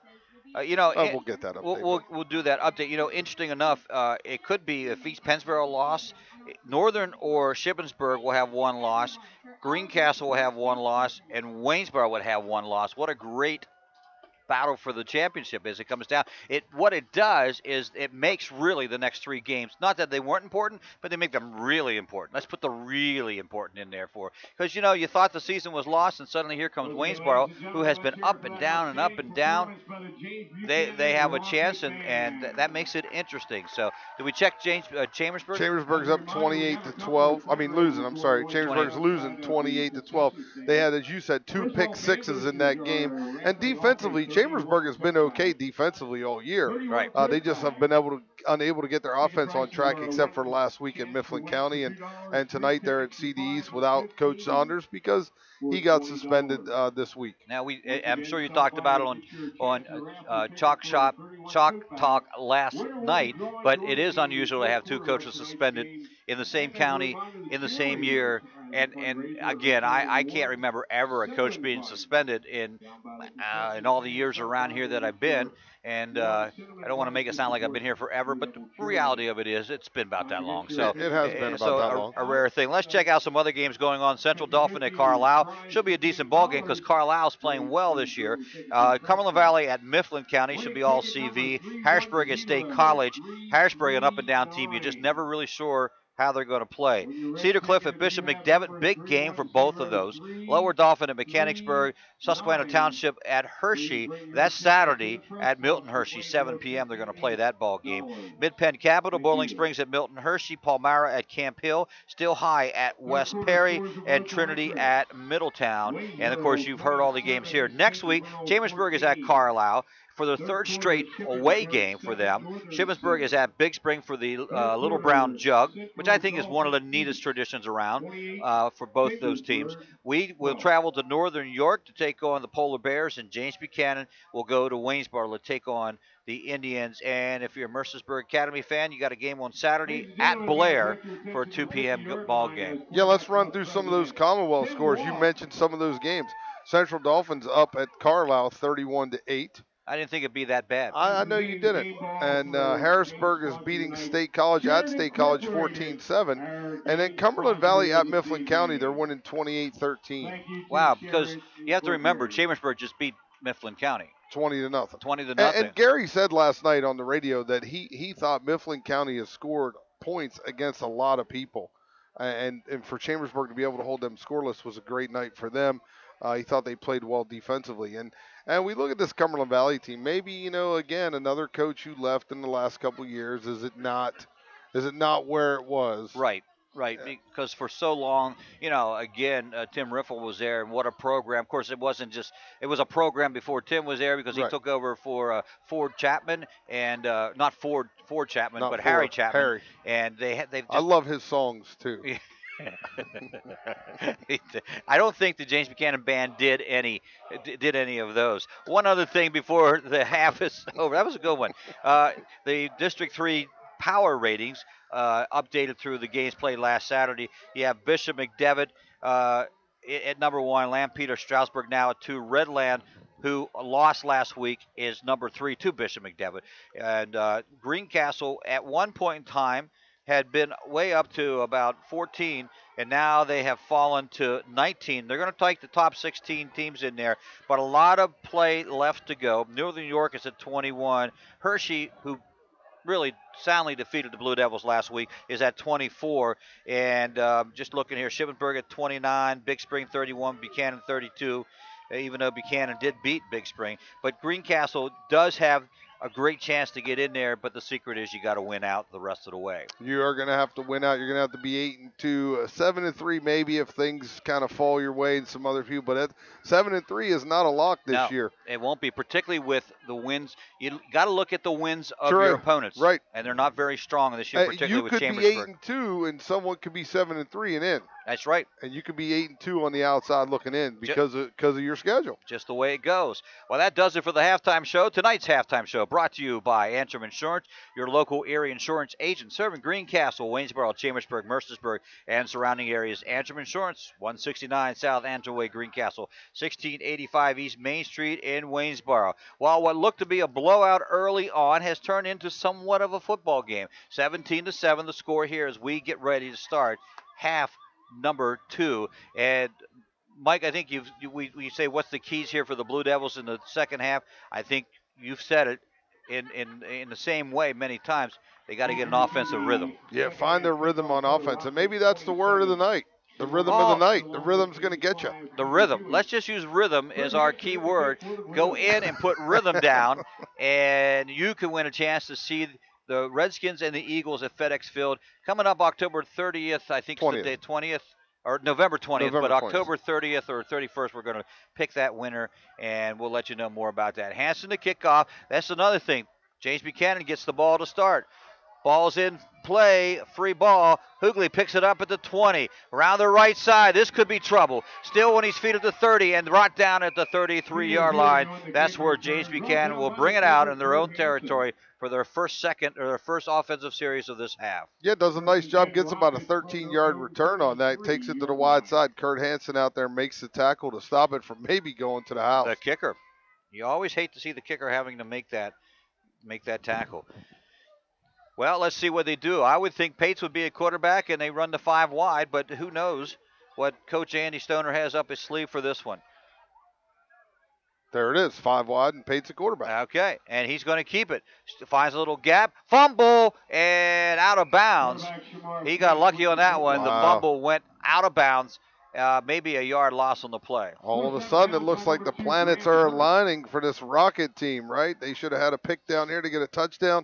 First play here, they fumble, and it rolls out of bounds, and they get no game, but they didn't get a penalty or go backwards. So they're happy with that. I guess so. 2nd and 10 now for the Rockets, trailing by 10 here in quarter number 3. Pates looks fast, doesn't he? He is fast. They run him. I think last week they put him at quarterback, or they said they were going to run him at Wildcat or whatever you want to call it. He's official now, the quarterback. Nope. Not now. He just unofficially moved outside. And this is Egoff again, just going to throw it way downfield and overthrowing the intended receiver who had a step on the defender, but it was intended for Shamar Pates. Pates turned on the Jets there a little bit too. And Clayton Hartman in coverage, and that's the wheel route that Greencastle has Fitz covering with their outside linebacker. So Pates got him on the wheel and had him for about 5 yards behind him, and the ball was just overthrown. Quarterback by committee. You don't usually see that, do you? You usually do not see that. And obviously, by Stoner saying, hey, he's the fastest guy we got. He can run by people, so let's do it. I would not be surprised to see the same exact play here. Dylan Sanders, their starting quarterback, out last week with a second-degree sprain of the ACL. They're looking to pass again, but this time there is so much heavy traffic on Egoff. He cannot go anywhere, and down he goes. Yeah, everybody just comes up the field and engulfs Egoff very quickly. And it was the same play, the same routes on the far side of the field, but Greencastle did a much better job of covering it. They doubled up the wheel route that time. Stolliver in on the multiple times now. He has tackled behind the line of scrimmage in this ball game. They will send Sprague and Hansen back. Again, remember they were putting Sprague up to go for the block, so now they're going to try to get a run out of this one as Egoff awaits the snap. It is there. He's going to one-step punt, shank to the right. Not going to go very far. Hits at the 40, rolls parallel on the 40, comes upfield just a little bit, and then down by the Rockets at the 42-yard line. Excellent field position for the Blue Devils again. Yeah, Blue Devils have had great field position all night. I mean, really, have they had to go more than 60 yards to score at any time? And they only have 17 points to show for it. Well, they started their first drive at the 25. I'll give you that one. Their second drive was the 28. Their third drive was the 43. Then they did get knocked down to the 19 on a punt, their own 19. But that's when they went 13 plays, but gave it over on downs. And then but you're right, excellent field position. Here is Burton with the ball, trying to get to the outside. James Buchanan brings him down after he crosses the 40 to the 41. Yeah, just came out running the power sweep on that play, coming back to it, trying to get back to what you do here. Why do I think we're going to see a few of those power football? I think you're going to see some power sweeps. You're going to come back with the counter crisscross later, too, your favorite play. It is, and we haven't seen it yet this ball game. Let's see. They have to have a double wing. Here it is. Yep. Nope. You're not going to run it with the Overholser, right? That's true. Fake play action. Myers comes up, fires, tipped, and knocked down as his intended receiver was Matt Oberholzer that time, coming from the wide out position. Yeah, Matt Oberholzer running a drag across the middle of the field, and Spencer trying to get the ball to him. The ball was tipped and luckily not picked off. It is an effective. The play action is very effective with the running backs. Spencer does a great job of putting it in the belly, pulling it out, thinking that it's going that way. Two in the backfield for the Blue Devils, one right and slot to the right. That's the short side of the field. Spencer comes up looking, fires, completes it to Overholser. That time he's knocked out of bounds inside the 28-yard line. It will be a Blue Devil first down. Yeah, back to the old flood route. Get him out here. Get him on the sideline. Get the ball in his hands quickly. A nice throw by Myers and great catch by Overholser using his hands. So at the 28, they move it now. James Buchanan had first possession of the second half. They did a quick 3-and-out and a punt. And the Blue Devils have taken advantage of great field position so far. From the 20, everybody jumped. That has to be against Greencastle. No doubt about it. That's on the Blue Devils. Illegal procedure, the call against the Blue Devils. That,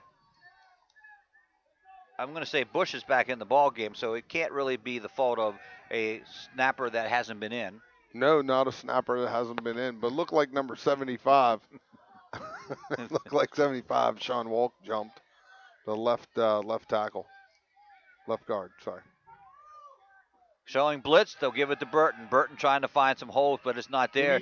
Give James Buchanan credit. They shored up a leak they had early on for the freshman Demetrius Burton. So Heckman with the tackle. It'll stop at the 29-yard line. Second and about 13 for the Blue Devils. Now you can hear Vern McCauley making the call. Demetrius is a 5'9", 165-pound freshman. Spencer sends Oberholzer wide out to the far side at the left hash. So work from the right hash. And he'll roll that way. Linebacker coming in. Great job by Spencer to get the pass away. And completes it to Hines. Looked like a face mask over there, but no flag. So maybe it's just a hit in the helmet. And Pates makes the tackle, and he is hurt. And down he goes. That's Egoff right there. Egoff, is it? Yeah, I think he might have hurt his hand. It looked like he did, as you said, got up around the helmet, and that's kind of like you get a finger stuck up there, or something in your hand caught around the helmet or caught on the chin strap buckle and get a cut on it or something. It looks like he banged up his hand or his arm on that, but yeah, the great throw by Myers, all arm there, right? It looks like if you've watching it with us, it looks like JB is now anticipating the snap counts. They're trying to get in. They're coming right across the line. That time they did, and here comes the misdirection to Sprague. Sprague gets by one to the outside. He goes to the 20, to the 10, still on his feet at the 5, and down at the 3-yard line, the 2-yard line. He's a little upset with himself that he didn't get in. Got to mark it down at the 2, and he would have gotten in. It looked like number 22, Nick Silva, was out there blocking, and then Nick and Samuel there. Nick and Sam ran into each other.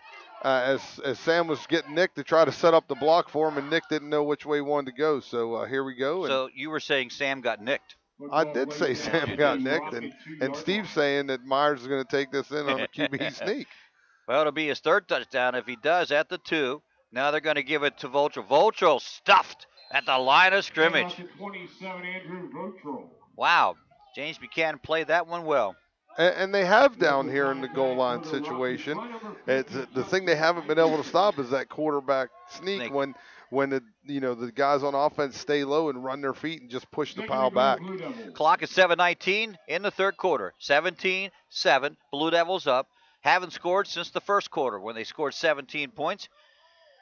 Silva to the left side, and in the slot to the left is Burton. Vulture in the backfield by himself. They're going to give it to the freshman who cannot get in but gets down to the 1-yard line. And off to 21, Demetrius Burton. So now it is a 3rd and 1. Yeah, they keep trying to run that power sweep in there behind Bobby Ryder and getting the crease. And I think they are getting the crease, but I just think that Burton is he's just so young, just not enough time there. You got Morgan Bush coming out again with the leg. But I think the crease is there. I just think Burton's missing it right now, and that comes with experience. Randy Harn will go in at the center position. So do you do this with a new center, the quarterback keeper? Not this time. They're going to give it to Vulture or Hines, and he's in for the touchdown. That is James Hines for the touchdown, and the Blue Devils get it. And they'll kick the extra point, sending Kurt Hansen out on the field. Sprague the holder. They take the lead here, 23-7, and this extra point will make it 24-7 if they can get it. Extra point brought to you by RE/MAX Premier Executives, the state line, lowest bear agent. Phone 717-597-2777. Waiting the snap. It is in, it is down, it is up, it is good. Blue Devils extend the lead now to 24-7. 6:19 on the board on the F&M Trust Sports Network on midpennbroadcasting.com and GameTimePA.com. Have heating or air conditioning needs? Look no further than Lecron's Comfort Solutions. We service all brands: heat pumps, humidifiers, system replacements, gas, oil, electric heat, and ductless systems. Lecron's Comfort Solutions is your authorized Terrain dealer. Call Corey at 717-597-3768 for a free estimate. We are licensed and insured. Lecron's Comfort Solutions. Local company, local name. Serving Greencastle and all of Franklin County with professional service and installation. Live and local. This is MidPennBroadcasting.com.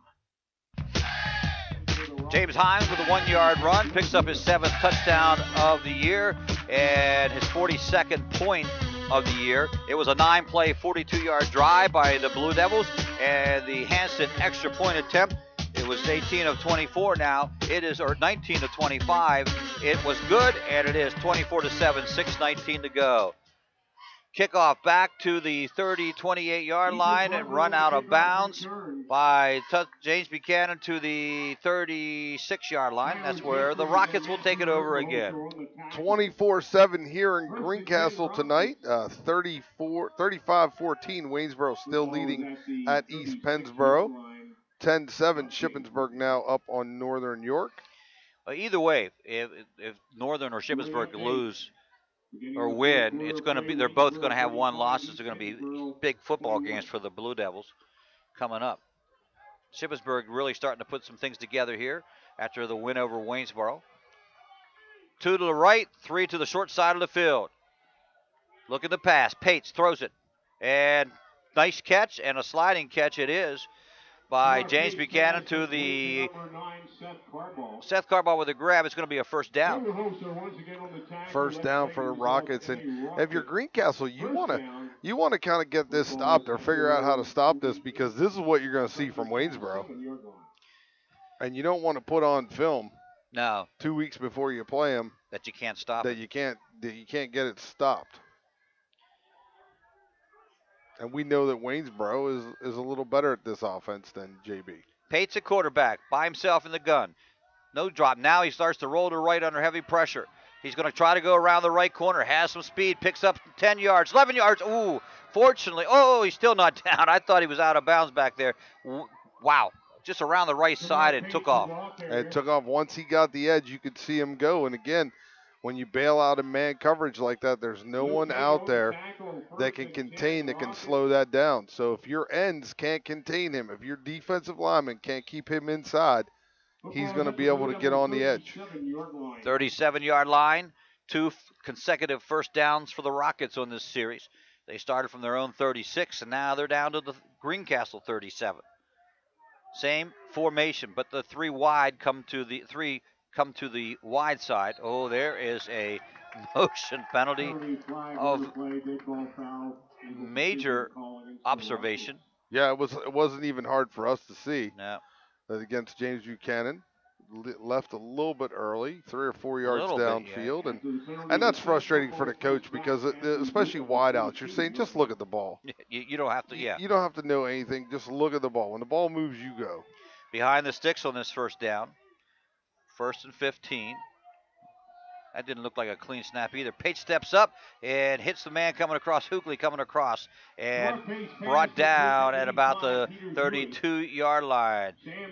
Sprague on the tackle. So Pates does, you're right, Pates is their quarterback. There's no doubt about that now. We haven't seen Rebby Spoonhour. He got a few reps last week when Sanders went down. He is a freshman. So now a second down situation. 2nd and 3, 2.5, 3 we'll call it. 2 to the right, 3 to the left. Snap back. 2-step drop, heavy pressure again. No one can get him. Pate's still on the feet. Makes a nice move, gets hit, and going to be close to that first down. I think he has it, Mike. Yeah, he does have it, and he's going to get himself. He's slippery back there. I'm telling you, if you don't get a clean shot on him, you're not going to get one. And we haven't seen Egolf back out on the field since the tackle up around the helmet. So now he's over on the sidelines at about the 50-yard line, the 48-yard line, with his helmet off. I don't know if that's good, bad, or indifferent. It does appear that, I can't see that well. I was going to say his hand is wrapped, but like I said, my eyes are not that good. In motion, jet sweep, fake it. Coming this way is yet another, that is Pates. Pates going to keep it. Simple keeping it, and finally brought down inside the 20 at the 18. And still going to get, he's moving the chains a little, but he's moving those sticks, so. Once he gets out in space, he's going to pick up and going to pick up what? He got about seven on that? 8? Yeah, yep. Great run. Wow. Great run. 2nd down and 2. Driving. Nice drive for James Buchanan here. It's interesting because you saw Pates and another ball player from James Buchanan 3 yards back discussing, it looked like they're discussing what play they're going to run. Then they come up and they tell the rest of the team. Pates at the quarterback position. Roll to the right. Has some pressure. Throws. Incomplete. In and out of the arms of Seth Carbaugh. Yeah, Seth Carbaugh has it for the first down. And Pates, this is great for them because that's the guy you need back there because Greencastle's getting pressure. They're getting up the field. The problem is they're not, Pates is so athletic that if you don't have the angles cut down, if you give him a crease at all, he's going to take it, and that's what he's doing, and he can beat you to the edge. So this is the right plan. Yes, I think you'll see James Buchanan stick with this one. 3rd and 3. Big play coming up for both teams here. 3rd down situation, though it is 4-down territory.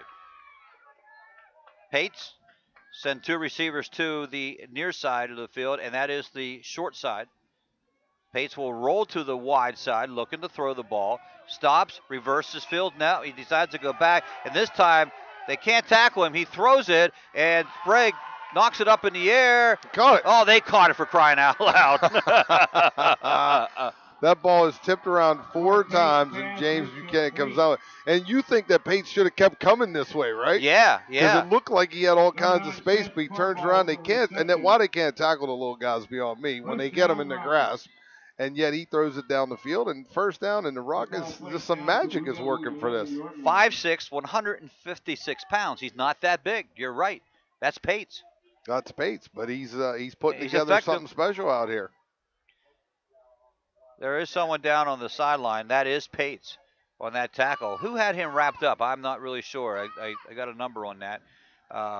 So they have the injury. They'll tend to Pates. They already lost Egoff, who was at quarterback. Now Pates goes down, and they really, really can't afford to lose anybody else with this. Do like to tell you that if you're planning a home improvement project, be ready to handle the mess with the Baxter dumpster in a bag from Waste Management. It's easy to use and strong enough to hold up to 3,300 pounds of debris. One call to Waste Management and the debris will be gone. Buy your Baxter today at Home Improvement Retailer or visit thebaxtertoday.com. Visit thebaxter.com to learn more. Greg Hoover, Mike Monador, thanks for joining us. 2:34, 24-7. Greencastle up. Do you take a timeout here? If you're JB, to get him back into the ball game. Get him, put him back in. Well, he has 3 timeouts. They have not used any. 2:34 to go in the 3rd quarter, so it wouldn't be a bad use of that because, well, they do have a first down though, Mike. They could afford 1 down without him. You can't. You can't afford it. I think you can afford 1 down without him. That's the beauty of this. See, we very seldom agree. I don't think you can afford 1 down without him. You don't want to go backwards. No, you don't. But. And he's been your success or your spark all night. Well, they're gonna do that. They're not gonna bring him back in because they did not call the timeout. They did not. So let's see what they do. It'll be interesting to see who they run at the quarterback position. No one. 11. That's going to be the freshman Remy Spoonhour. 5'8", 151-pound freshman. First time he's going to touch the ball here in a 1st and 10 situation from the 12-yard line. Looking to pass and does. Throws it up and incomplete. Good protection, Blue Devil, and James Buchanan has another player down. Yeah, he came down hard on his shoulder. But it looks like he's getting up, toughing it out here. Yep. Let's go. And so they'll bring Spoonhour out of the ball game and immediately bring Pates back in.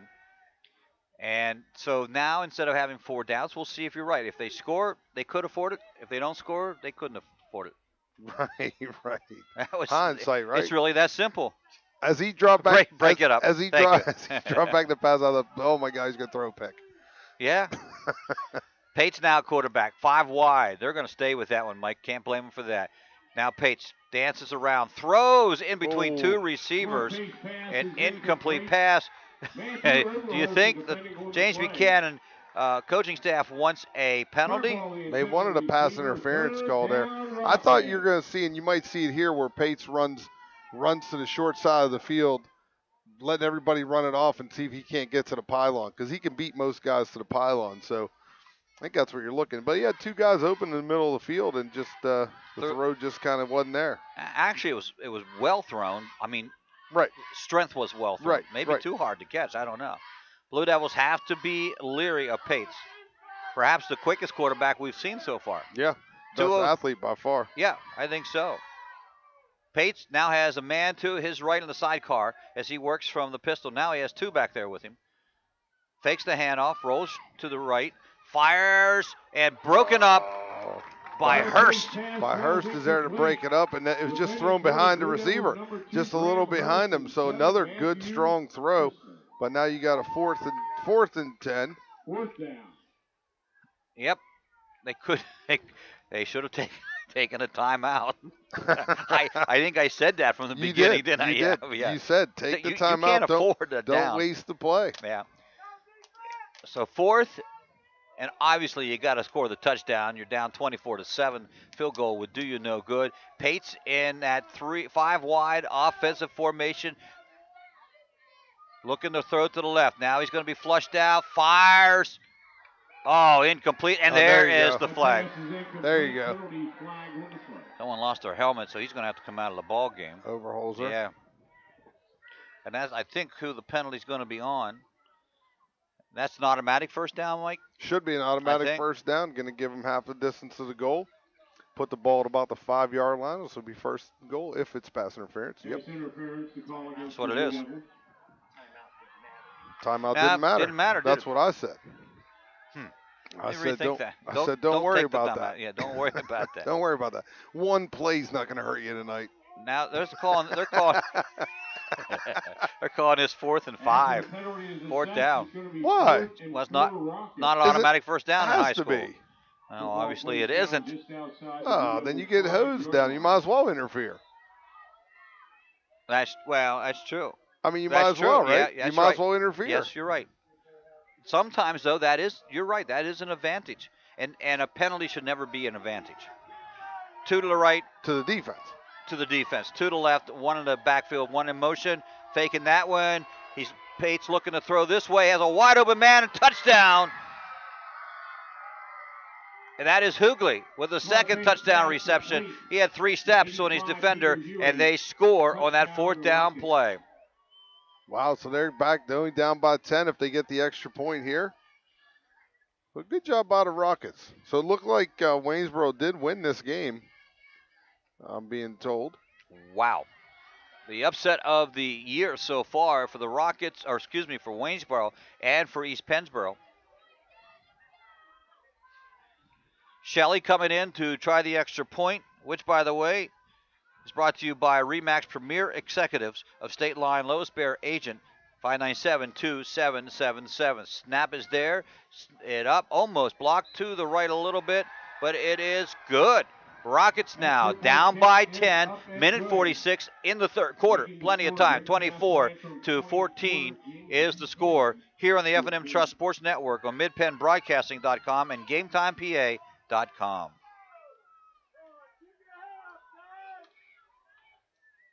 Football season is here, and Klein Tours has your ticket and bus transportation to NFL action. We have trips to all Baltimore Ravens home games. Join Klein Tours as we travel to Miami to watch the Ravens play the Dolphins December 6th through 9th. We have your ticket and transportation to see the Washington Redskins. Trips to New York City, Atlantic City, multi-day tours, and more. Klein Tours, the Tri-State's #1 tour and travel agency. Visit us online at kleintours.com or phone 717-597-5997. This is Greencastle Antrim Blue Devils football on midpennbroadcasting.com. Well, the Rockets have brought it back within 10 again, 24-14 with a minute 46 left. Up on the scoreboard in the third quarter. 8 plays, 64 yards. Pates to Hoogley. Hoogley's second reception, looking for an onside kick. And they are really just doing the same thing. It's free ball. It's covered down there. Fumbled a little bit, but the Blue Devils have it probably at the 33-yard line. Yeah, just trying to find Luke Robertson again, and they found him, kicked it to him, and Luke was able to corral it and keep it there. So here's the deal. You need the answer, Mike. Greencastle just needs to come out with the answer. And the answer is a touchdown, long, sustaining drive. Take you about 4 minutes into the fourth quarter. Well, there you have it. Anything else you need to know, right? From the 33 of the Blue Devils. And Buchanan sees that one and wraps it up. As that one went to Hines. Oh, yeah. Hines just running a guard trap in there. They tried to get the motion and get everybody moving out, but as we said all night, JB has done a nice job against the run game since the start of this game. So keeping kind of Greencastle off balance. Hands it out to the far side of the field. They'll run a wing to the right side and a wing to the left. And everybody's going to come to the right with Myers looking to throw. Fires up here for Sprague. Intercepted by Pates at the 48-yard line. And he's going to go reverse field to the right side of the field. And there is a flag way back here at the 46-yard line as he is run out of bounds inside the 20. I'll be interested to see this call back here because I'm not sure I know what it is. Well, I think the interception will be complete. It would almost have to go, or would be good. It's almost going to have to go as a block for illegal block of some sort. Jim Bard with the call. It is a block in the back, and from the spot, and the spot is at the 46, so that will push them back. So they lose 10 yards on that one, actually more than that. If you think about it, it's a 30, 40-yard loss on that one. You won't see that in the stat book, but that's exactly what it is.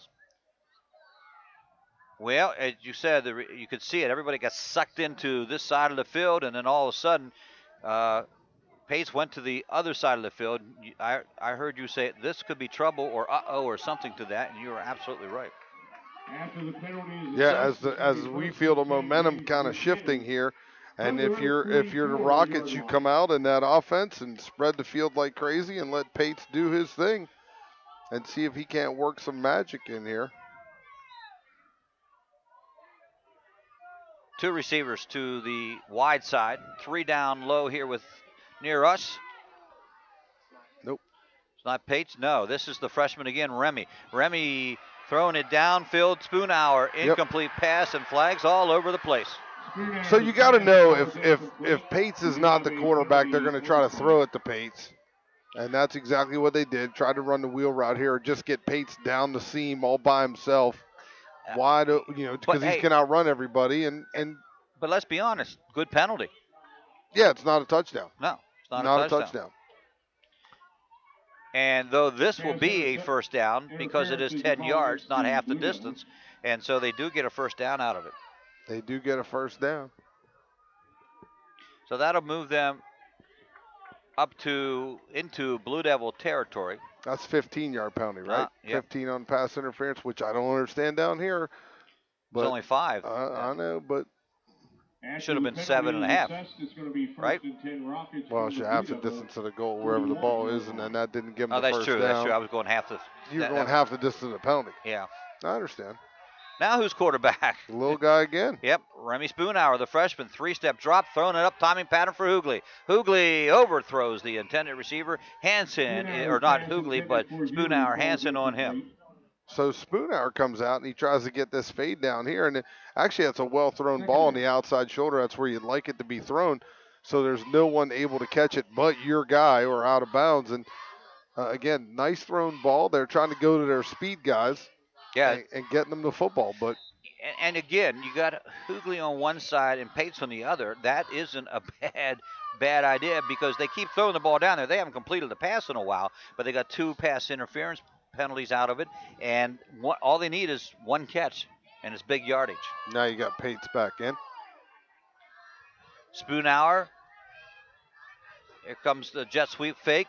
Now this is Pates, again, it looked like an option read play, and he kept it to the 40-yard line. And he had the number 9 out there? He had him out there for the pitch, but he decided not to pitch it and keep it up inside and pick up 1, so it brings up a 3rd and 9. And if you're the Blue Devils, you got 20, or if you're Rockets, you got 20 seconds, 17 to go in the quarter. And is it 4 down territory for you? I believe it is. I think it is. Time and situation makes it 4 down territory. As the rain picks up a little bit here at Kaley Field. In motion, fakes it again. Here goes the pitch. Wow, that was a terrible pitch. Free ball, and it is recovered by by James Buchanan as the third quarter comes to an end. 12 minutes to go in this one. Pretty exciting so far. 24-14 Blue Devils up on the F&M Trust Sports Network on midpenbroadcasting.com and GameTimePA.com. It's home equity season at F&M Trust. The best time of year to rake in big savings with some of the best rates around on a home equity loan or line of credit. To rake in your savings during home equity season, visit fmtrustonline.com. Equal housing lender. There's nothing like being at the game. The excitement, the fun, the food, and all the waste. Whether it's popcorn boxes, hot dog wrappers, or this soda cup. Big games generate tons of waste. That's why Waste Management is helping stadiums and businesses reduce waste altogether through recycling and organic composting. To learn more, talk to your local Waste Management representative or visit thinkgreen.com. Chalk Talk. We talk high school football every Thursday night at 7:30 on midpenbroadcasting.com. Buddy, you're a boy, make a big noise, playing in the street, gonna be a Greencastle, Antrim, and James Buchanan switch sides of the field for the final 12 minutes. The wind, not a factor in this ball game, so it doesn't really matter which way you are going. Punting situation for the Rockets now, I think, after that penalty. We said it was four down territory, but I think they're going to have to punt it away. Egoff will. No, it's not Egoff. We'll have to wait and see. Probably, I don't know who that was. High 20. punt. Nice punt. And that's needed to be a fair cut, and it's not. Touchback. Wow, Boy, Blue Devils got lucky on that one. They did get lucky on that. You got to try to fair catch that and not let it roll. But yes, so number 20 was the punter. And I agree, Greg, that's a punting situation. You're not going to pick up maybe 4th and 15 or 16. And you still have 12 minutes to go to make up 10 points. So you're thinking you're going to get 2 more possessions in this game if you can stop the Blue Devils here. Well, that's the key. They got to stop the Blue Devils here. And they've not had a whole lot of trouble stopping the Blue Devils, quite honestly. That, by the way, was Hunter Spoonhour, which was a great punt, by the way. That was a great punt. I'm not sure why they don't have him punting, and maybe they will from this time on. They're learning a lot of things tonight. I agree with you. Blue Devils gives it to Burton. Burton has some running room, turns the Jets on around the right side. 40, nice move there, and he still has the football. Tuck it in, down at the 30, 38. Did you see it come up? Yeah, tuck it in. They run a power sweep, which they've not been having a great deal of success with, and they hit it right there, and they hit it big with Burton. So that gets you out of a hole and makes you feel a little bit better about the rest of this game. I just saw his arm go up with the ball, and I thought, he's got to get that down there because, again, freshman, but he had some nice moves on that run, didn't he? Did a little dancing out there and picks up the Blue Devil first down, puts him in James Buchanan territory. He's at the wing position this time on the misdirection crisscross play. Sprague again with the ball, and he doesn't get many yards on it, but I tell you what, they still get 4. Yeah, you get a 4 or 5 on that, and then it gives you a big second down. But if your coach Stunner, someone just kind of took the air out of you a little bit on the big run by Burton. That did, yep. You know, the nice thing about that deep punt was you wanted to pin him down maybe and get a stop, and unable to do so. But give the Blue Devils credit for coming out and hitting that one big. I would wager to say Burton's probably over 100 yards for the ball game, not keeping individual stats, and that would be the second Blue Devil to go over 100 this year. And he gets the call again. Same play, right side, dances back to the left, almost broke it again that time, down to the 29-yard line. And that's a bad habit developing, I see there. He throws the ball up over his head and holds on to it, but ooh. Yeah, you're right. As that ball comes away from your body, it can be knocked out very easily. So, get hit into that, a hand on the ball, whatever it is. So you're right, Greg. Bad habit developing. Just tuck that thing away, get your shoulders down, and get what you can. Tyler Graham had 102 in one of the first games of the season, the only one to go over 100. This is Burton, and he is stopped behind the line of scrimmage. They went the other way that time, and a loss for a yard on the play. Loss for a yard, second down. And if you're the Rockets here, you gave up a lot of field position, but you can't let the Blue Devils score. No, that's the key right now. They got to keep them off the scoreboard, and the Blue Devils need to get a score here at this point in time. Silva to the left side. Sprague in the slot to the left also. Tight end is on the right side. That is Stolliver, and James Buchanan takes the timeout. 9:50 to go in this one. Blue Devils 24, James Buchanan 14 on the FNF Trust Sports Network on midpenbroadcasting.com and GameTimePA.com. Brothers Pizza is a proud supporter of the Greencastle Blue Devils. Brothers Pizza offers a full menu and breakfast is served 7 days a week. Don't forget Brothers Pizza for your next football party or special event. Our menu selection is great for football parties, birthdays, and other special occasions. Dine in, carry out, and delivery. 50 Pine Drive, Greencastle, next door to Comfort Inn. Phone 597-5322 or order online at mybrospizza.com. Streaming live with over 70 local sporting events a year, this is midpenbroadcasting.com. Shippensburg holds on to beat Northern. So the Greyhounds now tied with, guess who? Waynesboro and East Pennsboro, as Waynesboro did beat East Pennsboro, and the Greencastle wins tonight. Four-way tie for the top. Spencer looking to pass on a second down and long. He has problems back there, and he's going to take a dive deep back. Loss of about 6 yards on the play. By the way, Orioles losing 4-1 to the Royals. If you happen to be a Orioles fan.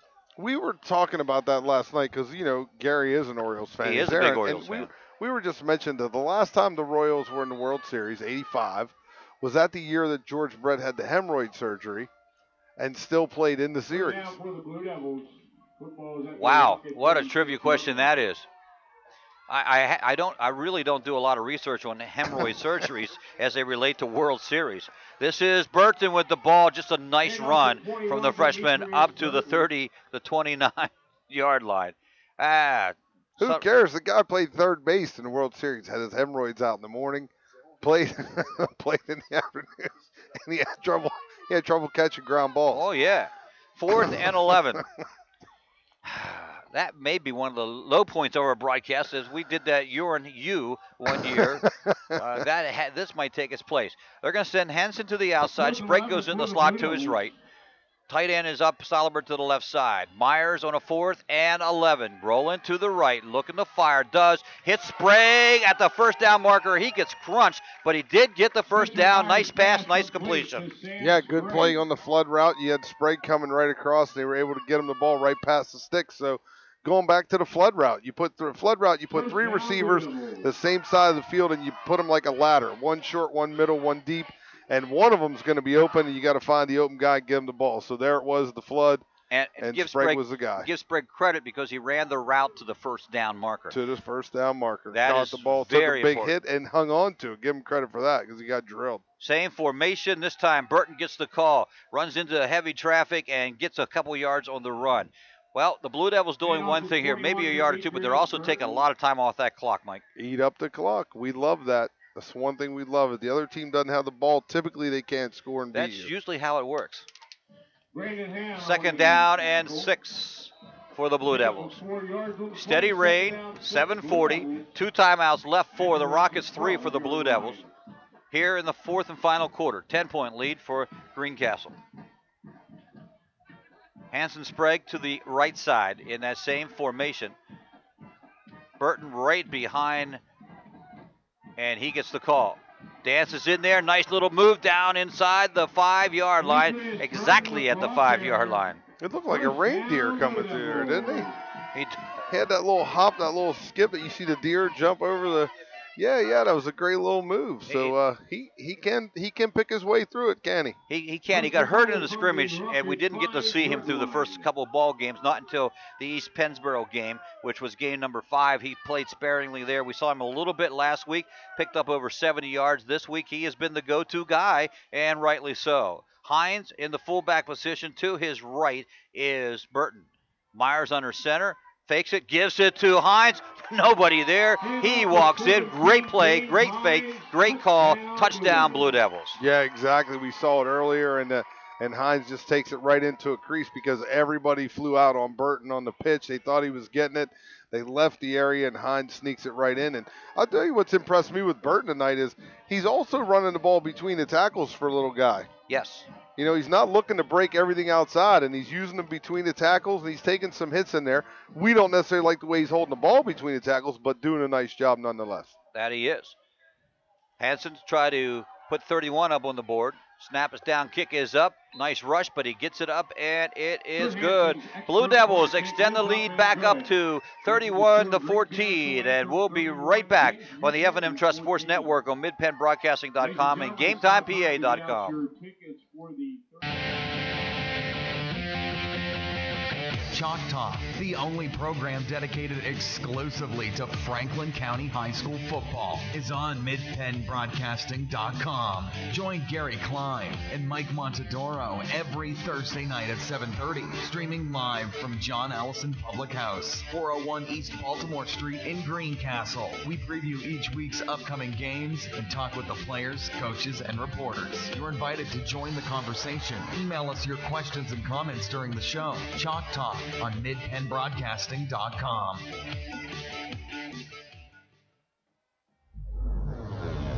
Your home for Franklin County sports. This is midpennbroadcasting.com.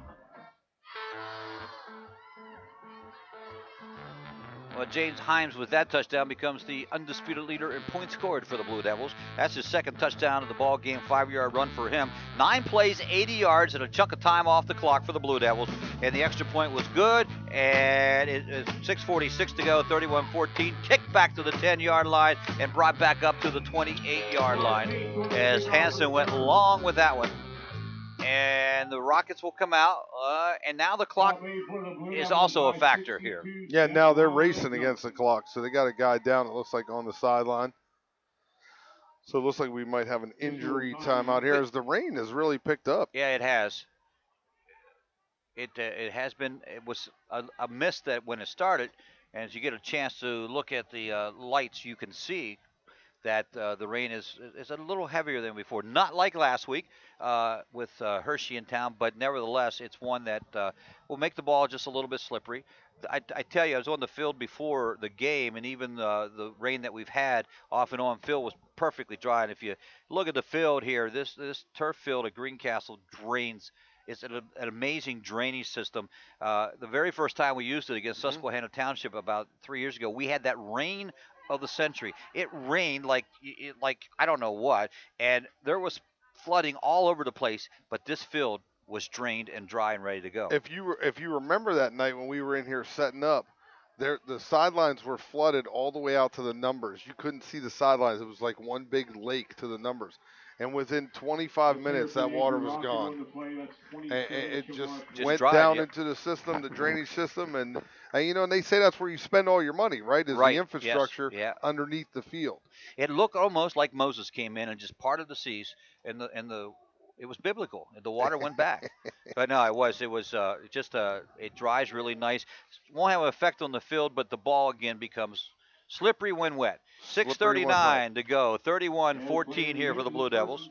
And don't forget, we do that Chalk Talk on Thursday nights, but we will not be doing it this Thursday night, but we'll be back in 2 weeks to get back. And hopefully in 2 weeks we'll have so much to talk about as this conference, this division is tightening up.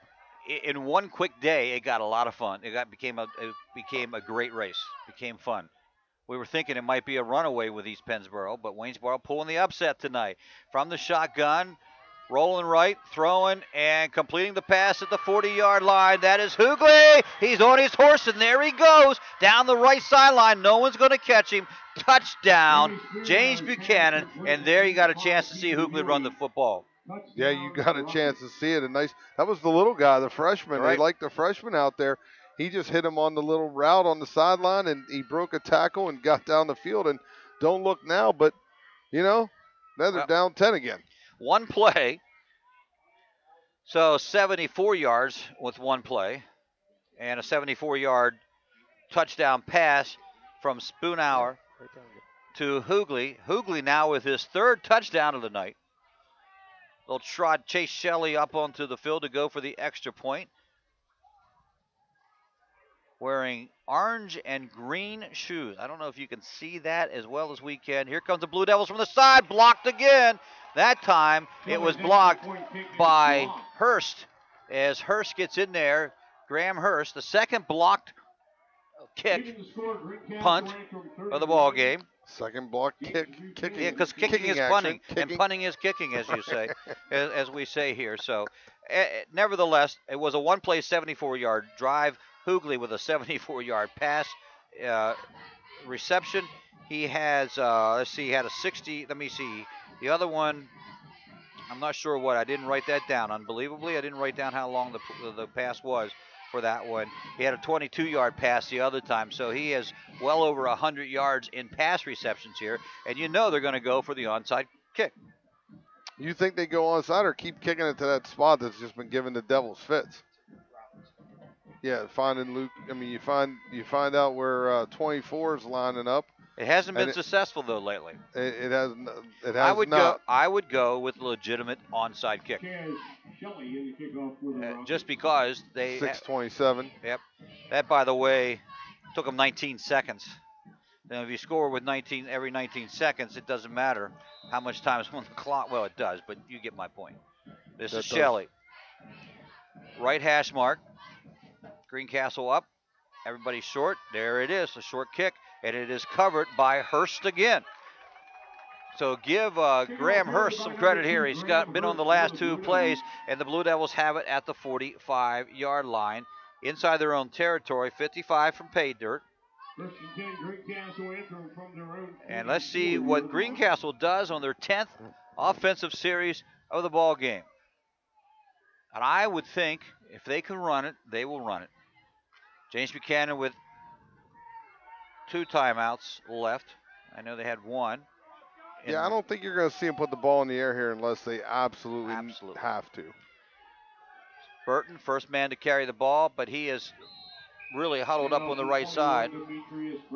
That ball came flying out of there. Sure it did. Play was whistled dead, but you still don't like to see it flying like that. Well, you know, again, you would assume that Andy Stoner saying, hey, they're not going to pass, they're going to run, so let's bring everybody up. Well, they have 4 or 5 down linemen. I didn't take a look at the defense the last time up. Let's see. They're going to go, actually, 4 down linemen. Yep. And the linebackers are up. There's a whistle. But that comes from one of the back judges. That looks like that's going to be against Greencastle, yeah. Procedure call. 9th penalty of the ball game for the Blue Devils. So that'll change the play that was originally called. And the wind of clock. They just took the tee off. That would have been someone running for a touchdown and trips over the tee. But I saw it that time. Here they go. 2 receivers to the near side of the field. 2 in the backfield. Tight end to the right. Spencer Myers coming our way. He has Burton open. Overthrows Burton. Too bad you can't catch it on the bounce. That would have worked out well, but it didn't. Incomplete pass. Yeah, and I say we're not going to see a ball in the air because we want to run the clock, and then they come out and un-Greencastle-like. But I think that was the throw off James Buchanan, right? Well, I think it was I don't know. I mean, I guess maybe get the first down, but you stop the clock, and that's you know, 5:25. If you run that, you get it down under 4. 3rd and 14 for Greencastle. Trips to the left. Draw play. And now they bring Burton back. That's been, and nothing against Demetrius. He hasn't played much. They got to set him up a lot of times. Here comes the pass play, and here comes the screen pass. No, Myers got to be flushed out of the pocket. Still looking to run. Don't go out. And he got hit hard, but he gets back up right away. So punting situation for the Blue Devils. Here comes the punting team on a 3 and out. So James Buchanan with 5. It'll be under 5, as you said. In fact, do you take the penalty and move it back 5 yards here? No. Or you wait at least till the official puts his hand up to make the call. Hansen will stand at the 25-yard line. Is that Hoogley? Back at the 30. There's the snap. And, almost. block.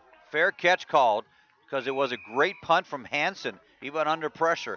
Hoogley makes the fair catch at the 26-yard line. Yeah, I thought, man, that might get blocked, but he was able to get that off. And 76, big 76 for the Rockets has not practiced blocking punts because he jumped straight up in the air, and that's not where you block him. You got to lay out. Maybe he didn't want to lay out.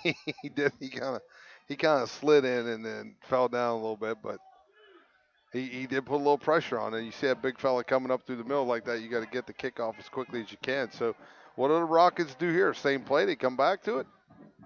Well, yeah, they bring Spoonhour back out at the quarterback. They got speed at all 5 positions out there, and they're just going to throw it up in the air. And this has a chance to be intercepted, but it isn't, as Matthew Crispin was the safety back there, and it falls incomplete. Yeah, Hughley was looking for a hold here or an interference, and I think he might have been right. I think he got tugged on a little bit before he got down the field. I don't know that he would have caught it anyway. 4:31 left in the ball game. That'll stop the clock after the incomplete pass, 2nd and 10. And again, as we said before, you throw it up 3 times, and if you catch it once, you got a first down. You got a first down or a touchdown the way they throw the ball. Hoogley, man, you got to watch. He goes to the outside, to the left side. They'll have 1 here on the right, 3 to the left. Low snap, picks up, fires, and incomplete. He throws the ball hard. Yeah, he does for a little guy. Throws the ball hard, gets in there. I like the slant route call. They need some work. Obviously, they need some work and some timing with their patterns and routes. But hey. So here is a 3rd down situation for both the Rockets and the Blue Devils. We'll see what this transpires, but it's a big 3rd down. I think if you're Buchanan, you maybe go for it because you need 2 scores here. Suddenly, the 2-point safety and the 2-point extra point for the Blue Devils looms big on the scoreboard if James Buchanan could score here. And Pates is nowhere on the field, right? I don't know. Not this whole series. He's not been out there. Rolling to the right, Spoonhour, heavy traffic, throws it up in the air for anybody, and is tapped up by Hoogley with Sprague on him. It falls incomplete. He had to get rid of it in a hurry. He did have to get rid of it in a hurry, and he had some pressure on him. But Pates not being out there a little bit has me a little concerned, because if you're the Rockets and you got your unless he's hurt. Yeah, right. Unless he's hurt. I'm trying to find him. Is he over there? I don't know. Timeout. Rockets take the timeout. Strange time to take a timeout, Mike, but it is a 4th down situation. Yeah, 4th and 10, you got to get your favorite player, what you think is going to work here, and draw it up as best you can and hope that you can stop pressure coming up the field, because that's what's going to stop you here is the Blue Devils get pressure up the field and hit the quarterback. So the Spoonhour does a nice job back there, but many of their throws are, you hate to say it, but many of their throws are, I'm just throwing it. It's a Hail Mary. A lot of them are just, I'm throwing it somewhere, and if our guy's fast enough and can run under it, great. The good throw he made down here with Hughley for the touchdown, but the 54-28 was the final score of that East Pennsboro game. Waynesboro tallied 54 points up on that one. Wow. That'll bring the Borough boys out again. That'll really. And it should. That'll bring the Borough boys out, and it'll make the next 3 weeks exciting. It will. And we've talked about it, man. We want everybody to be good. We want this kind of night here, and we want this thing to come down to the wire. Because you know what? The 1,000 plus that are listening, and that's what we've been averaging per game, and thank you very much for that. They aren't going anywhere in this one because this one is still going on. 31-20. Trips right, 2 left. 3-step drop. Firing it up in the air again. For Hoogley, makes the catch. And it is Crispin there to make the grab to stop the touchdown at the 33-yard line, but a big first down on a 4th down play. Yeah, throw it as far as you can, as long as you can, and your guy's going to hopefully run under it, and it was the call, and they ran the wheel route to this side and able to get it. Greencastle really struggles covering those wheel routes, and that's something that they're going to have to get fixed for Waynesboro. 1st and 10. Inside the Blue Devil territory from the 33-yard line. 2 receivers to the right side. 2 to the left. 1 in the backfield Sidecar along with Spoonhour. Spoonhour rolls, fires, throws, overthrown. And I think that's a little bit. They're not going to run the patterns and he completes the pass. They're just going to throw it up and let someone run under it. Yep. See what happens. Throw it and see what happens. Greencastle, I mean, we saw this a little bit last week too. They're going into a two-deep shell, two-deep coverage, which we haven't seen up until like this year. But even in the two-deep coverage, sometimes they get sucked up. Those safeties get sucked up on routes they shouldn't. And they got to get, when the ball's in the air, they got to get to that outside edge. So even still, that's a tough route on the wheel to cover it with the safety. 31-20, Blue Devils lead by 11, 3:53 to go in the contest. One timeout remaining for James Buchanan as they have the ball on the move. They're going to go to that 5-wide formation again. And the young quarterback, Spoonhour, rolls and completes the pass about 5 yards upfield, and then finally knocked out of bounds at about the 25 to Seth Carball. It's going to be about 2 yards shy of the first down. Give Carball credit for getting out of bounds. I mean, he worked himself to get to the sideline to get out of bounds and get the clock stopped. So 3rd and 2, and Rockets are in business. They are in business here. Again, give Andy Stoner credit. His team knows what they're doing here. You got to get out of bounds on that one. Hey, give Stoner credit because his team could have put it in the tank here early in the game. And with losing their quarterback last week and all those things going wrong, but they've been playing this game. They've been playing their hearts out tonight, and Rockets just take a timeout. I don't know for sure if that's their final timeout or not, but they will take a break in the action with our score 31-20. Thanks for joining us here. You know, we'd like to thank our sponsors for making this possible, and the F&M Bank does so. This broadcast is brought to you by the retirement planning expert at F&M Trust. Point your future in the right direction with smarter retirement planning from F&M Trust. Receive personalized planning with tailored strategies, face-to-face meetings with expert guidance, and ongoing monitoring with regular reports, all from a local retirement specialist who really knows you. Schedule your free, no-obligation retirement review at F&M Trust today. 3:43. The word is rhythm, right? The word is rhythm. If you want to win a chance to go see the Washington Redskins play the Philadelphia Eagles down at what's it called? FedEx Field. Gary will take you down on one of his buses. Tickets, transportation's free. You got to leave here from Greencastle, though, as we made sure that before that. In motion, fake it, throw it, complete it. And first down and a few yards to boot. That is Hoogley. Nice play design. I like that play too for a short. That's a safe play. But picks up the first down the sideline. And gets, it's interesting that JB. I mean, they're not winning this football game. They're staying in it. And Greencastle just looks beat out there. They look like they've been in a battle all night. Yeah. And it's usually the opposite early on in the season. Two receivers out here to our near side as they work from the left hash mark, moving left to right. If you're listening, if you're watching, you see that. Throw, complete, tackle made at the 25. So a pickup of about 5 yards. Seth Carball with the catch. Startup getting in Spoonhour's face right away and coming off the edge. And they've been kind of doing that all night, but he gets rid of the ball quick enough. Picks up a nice little chunk there, but the clock is still running, so they are racing against time. 2nd and 5. Carball in the backfield, rolling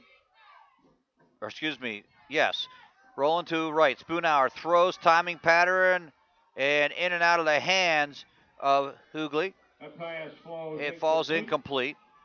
Little bump and run down there as both he and Sprague were going for it. Yeah, but I like the way Hughley used his body a little bit, and he's got a little physical down there. So it's like he was boxing out. Yeah, he totally boxed out and tried to get the ball. It fell incomplete, but incomplete doesn't hurt you. Well, you don't want to waste it down. Now you can, as long as it's incomplete. 3rd down situation. Hoogley wide out to the left side, sort of by himself, and a slot to the left, 2 receivers to the right. They're going to go to the right. They're going to incomplete pass. So they had the intended receiver turned the wrong way. So it goes incomplete for Ethan Barber. First time he was throwing the football. 2:51 now in the incomplete pass. 4th down and 5. Last time they were in a 4th down situation, Mike, they threw for a touchdown. They did throw for a touchdown. touchdown. Well, they threw for the first down. The first down at the sticks there. Yep. But this is, hey, this is another big drawn-up play by Coach Stoner, and they got to get 5. The clock is not in your favor. 2:51. I guess they're out of timeouts. Yeah, or they would have. Well, it was after. We don't know. They either have one or none. Spoonhour in the gun. Snap. Roll left. Looking for Hoogley. Throws it blocked and caught down at the 2-yard line and out of bounds at the 1-yard line. No, he's inbounds. Oh, no. Now he's stopping Now he's stopping it. Stopping it for the first down. So you got 1st and goal from the 1. He gets to the sideline. Tackled by Sprague to keep him out. 2:42. They ISO'd him on that one, didn't they? And now you're going to, if they get in here, now you will see an onside kick for sure.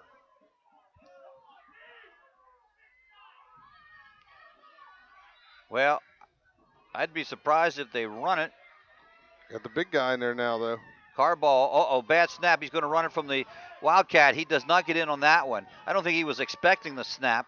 No, that's the only thing I don't like about all that stuff is you start putting guys in there that haven't been in there all night, and a lot of things can go wrong. I like a guy who's just, the guys have been back there catching the ball. Let them back there catching the ball. They're doing it again. Yeah, staying with it. Probably going to, would you think they run the same play? They're in motion. They're going to run the same play. Touchdown. He's in. He dives in. Carball from 1 yard out. Seth Carball with the football. Touchdown. 1 yard out, and he gets it. Carball from the Wildcat, for lack of a better term, with 2:05 left in the ball game. James Buchanan. Well, I like what Stoner's doing on offense tonight, though, man. I like some of the stuff. I mean, he brings that guy across in motion and runs the old I formation ISO play with a lead blocker and puts Carball in behind, and he dives in for the play. So when they've needed a couple plays, they've gone to a couple things they've got in the playbook, and they've got they were successful. They need the 2-point conversion to get them in the field goal position. Oh, the jet sweep guy ran into the ball, I think. They throw, tapped up, and they Touchdown. catch the ball. 2-point conversion is good. And Sprague got a hand on it. That has just happened all night for the Rockets. I mean, just the ball has fallen in their favor all night long. And now, as you say, that safety looms big here. Yeah. Along with that 2-point conversion and the safety. And wow, what a game. What a game. Great ball game. Who would have thought? Again, coming in, we didn't think it was going to be quite that type of ball game. But James Buchanan, for order to be a rivalry, it has to be close games. Oh, is that it? The rivalry's back. The rivalry's back. Yeah. Give him credit here, yeah. I feel that same way. Our cameraman, Steve, he's a big Browns fan. I'm a Steeler fan, and I've said that for years. It's not a rivalry anymore, Steve. You got to win. And now I believe Cleveland is back, so tomorrow might be this weekend is a big rivalry for us. But this is going to be an onside kick for sure, I would think. Oh, they got to. They got to get the ball back because Greencastle, with no timeouts, Greencastle's going to run 4 plays. Oh, look at this. They're going to stay right there. Well, if you're watching it, you can see it, but they have all 10 players there's right beside each other at the left hash mark. What are you doing? You got to get these guys down here. So we'll see. Even if he kicks the ball, he may not even be the one kicking the ball. There it goes. That's not even going to. Yep, there it is. Oh, my goodness gracious. Yeah, they got it. That went 10 yards, and they got the kick. Boy, I tell you what, that was the slowest dribbler that I've seen. It was, if he did get, I wish we had an instant replay to see that, but I think you're right. I think it was right on the line. And you got Coach Dennis walking out in the middle of the field. That's not going to go so well.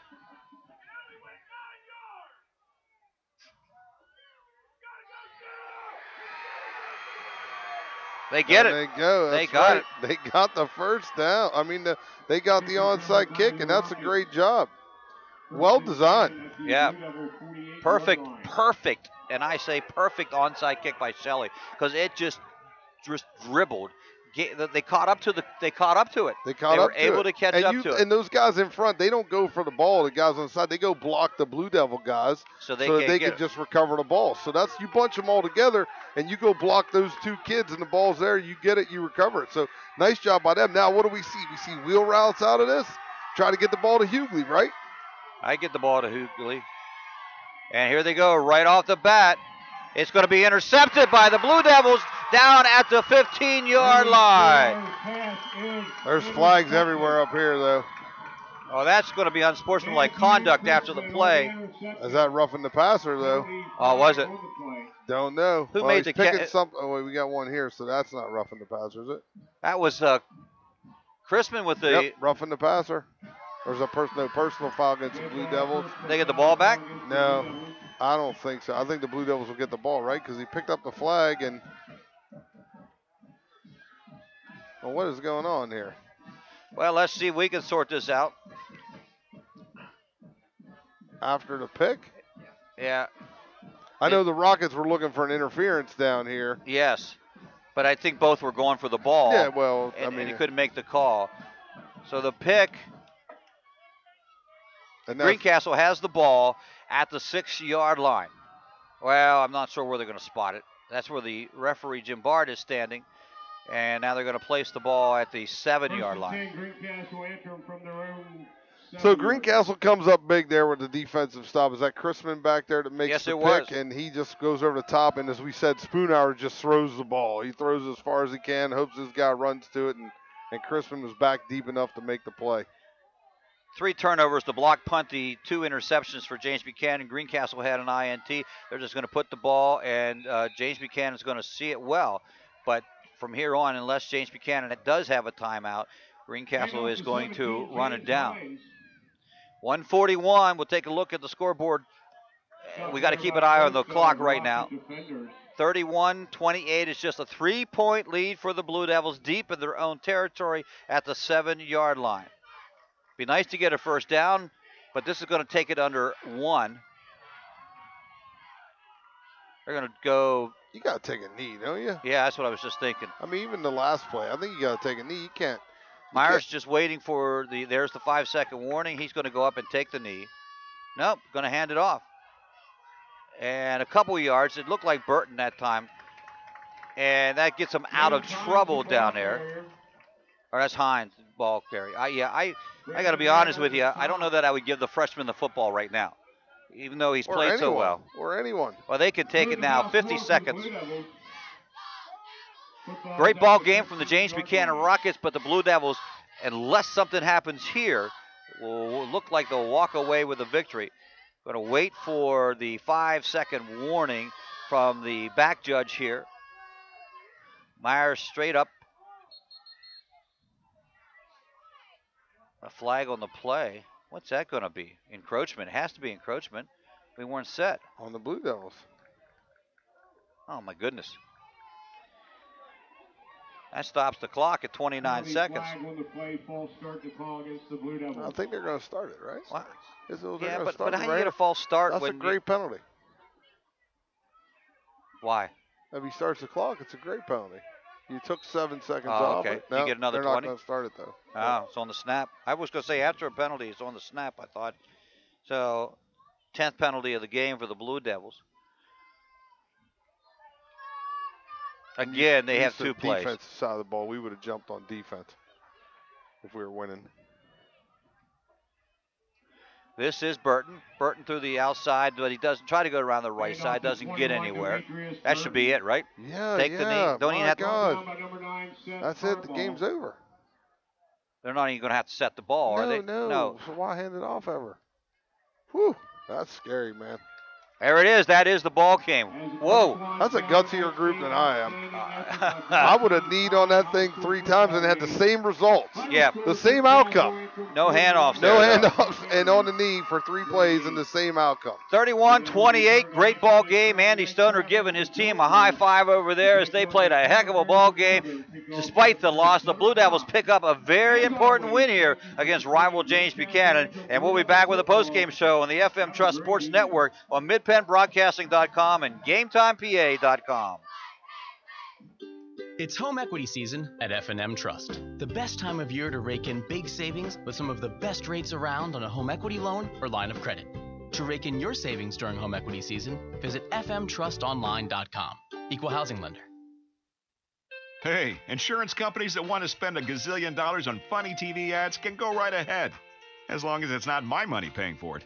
For seriously good auto, home, business, or life insurance, I go to Erie Insurance, where a great price is just the start. You get unbelievable service, independent agents you can really trust, and superior products.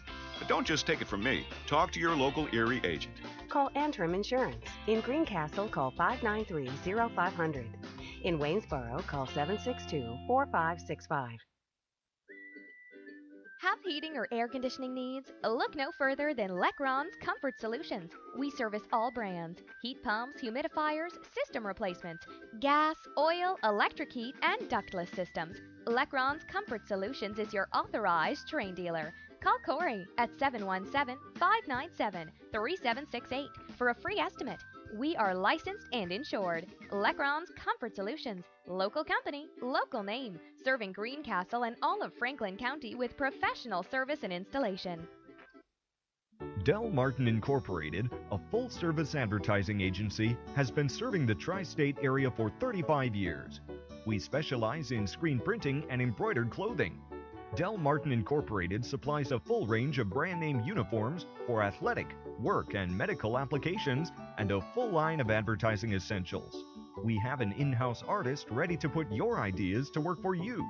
T-shirts for schools, clubs, churches, and events. Del Martin Incorporated, 21 Sarah Susan Lane, Greencastle. Phone 717-597-5751 or online at delprint.com. Every day, Fast Signs helps businesses with their visual communications. We ask the right questions, recommend smart solutions, and help you build your business. At Fast Signs, we're innovators, planners, and designers, and we're more than ready to help. Contact Fast Signs today. Visit www.fastsigns.com or visit us at our Greencastle and York locations. Live and local. This is MidPennBroadcasting.com. Tonight's post-game show brought to you by Antrim Insurance, your local Erie insurance agency, serving Greencastle, Waynesboro, Chambersburg, Mercersburg, and surrounding areas. Antrim Insurance, 169 South Antrim Way in Greencastle and 1685 East Main Street in Waynesboro. You hear that, Mike? That is the collective sigh of relief coming from the Greencastle side of this football stadium here tonight. So Blue Devils pull out a 31-28 win over the James Buchanan. And you know, who would have thought when Greencastle got the safety and then went for two in the next one, that would be the difference in the ball game. That becomes the difference in the ball game. So a block punt way back in the second series of the game turns out to be a critical play for the Blue Devils. First of all, hats off to Andy Stoner and James Buchanan. Great ball game. Amazing football game. You know, coming into it, you'd think that Greencastle would have 30 points. You didn't think that JB would rack up 28, and you didn't think they'd be able to do it like they did in the second half. And what a phenomenal effort by them and gutsy play as this thing came to a close. But, man, Greencastle was like on a runaway stagecoach, just holding on, hoping it wouldn't go over the cliff. And waiting for dear life, but they were able to do that, and they did hold on, which is a mark of a good team in this situation, and now makes life pretty doggone interesting in the Colonial League. If you didn't hear us earlier, Waynesboro upsets East Pennsboro. Not even a close game. No. They laid 50 points or something on them, and so now everybody seems to have one loss. Shippensburg, East Pennsboro, Waynesboro, and Greencastle. And guess who the Blue Devils have yet to play? Waynesboro and Shippensburg, and Northern, but Northern lost tonight to Shippensburg. Still going to be a tough game up there. Greencastle, I'm going to say it this way, not clicking offensively, but did come up with some big plays when they had to. But nevertheless, I mean, their best drive might have been that one near the end where they needed to score at the 6:46 mark of the fourth quarter. 9 plays, 80 yards. Hines with the 5-yard run, but then James Buchanan comes back and gets 2 more scores before the game is finally over, and a perfectly executed onside kick too. That's a textbook one. That is textbook play there, And what a great job. And you could tell how, Coach Stoner is out there coaching his heart out because his kids knew what was going on, and he was able to dial up some plays. And, you just don't dial up plays in the middle of a game. You have to have practiced them for them to work like that. The only negative of that is with the Spoonhour kid in there throwing the football, a lot of times he just threw it to areas.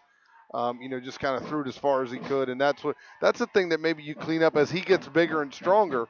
You clean that stuff up, and we didn't see Pates at the end of the game, so hopefully he's okay for JB's sake. Yes. Hopefully he's okay, but we didn't see him at the end, so there's some things there that I think they can clean up and get better at. But man, what a night, and we love games like this. Well, it was a great game from our standpoint to watch and call. If you're coaching that one, it may not be the kind of game that you want to coach when you really should win. It's one of those things where you come away with a win and you're happy to have the win. You're James Buchanan. You're happy the way you played.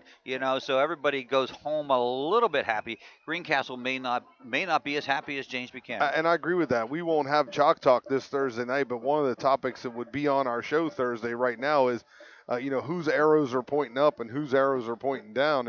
And even though Greencastle comes out of here with the win, with the way they've played the last 3 weeks, you have to say their arrows pointing down a little bit. Yes, I would. And we said last week, this is what the doctor ordered. They need to play James Buchanan, a team they should be able to come off with and win big.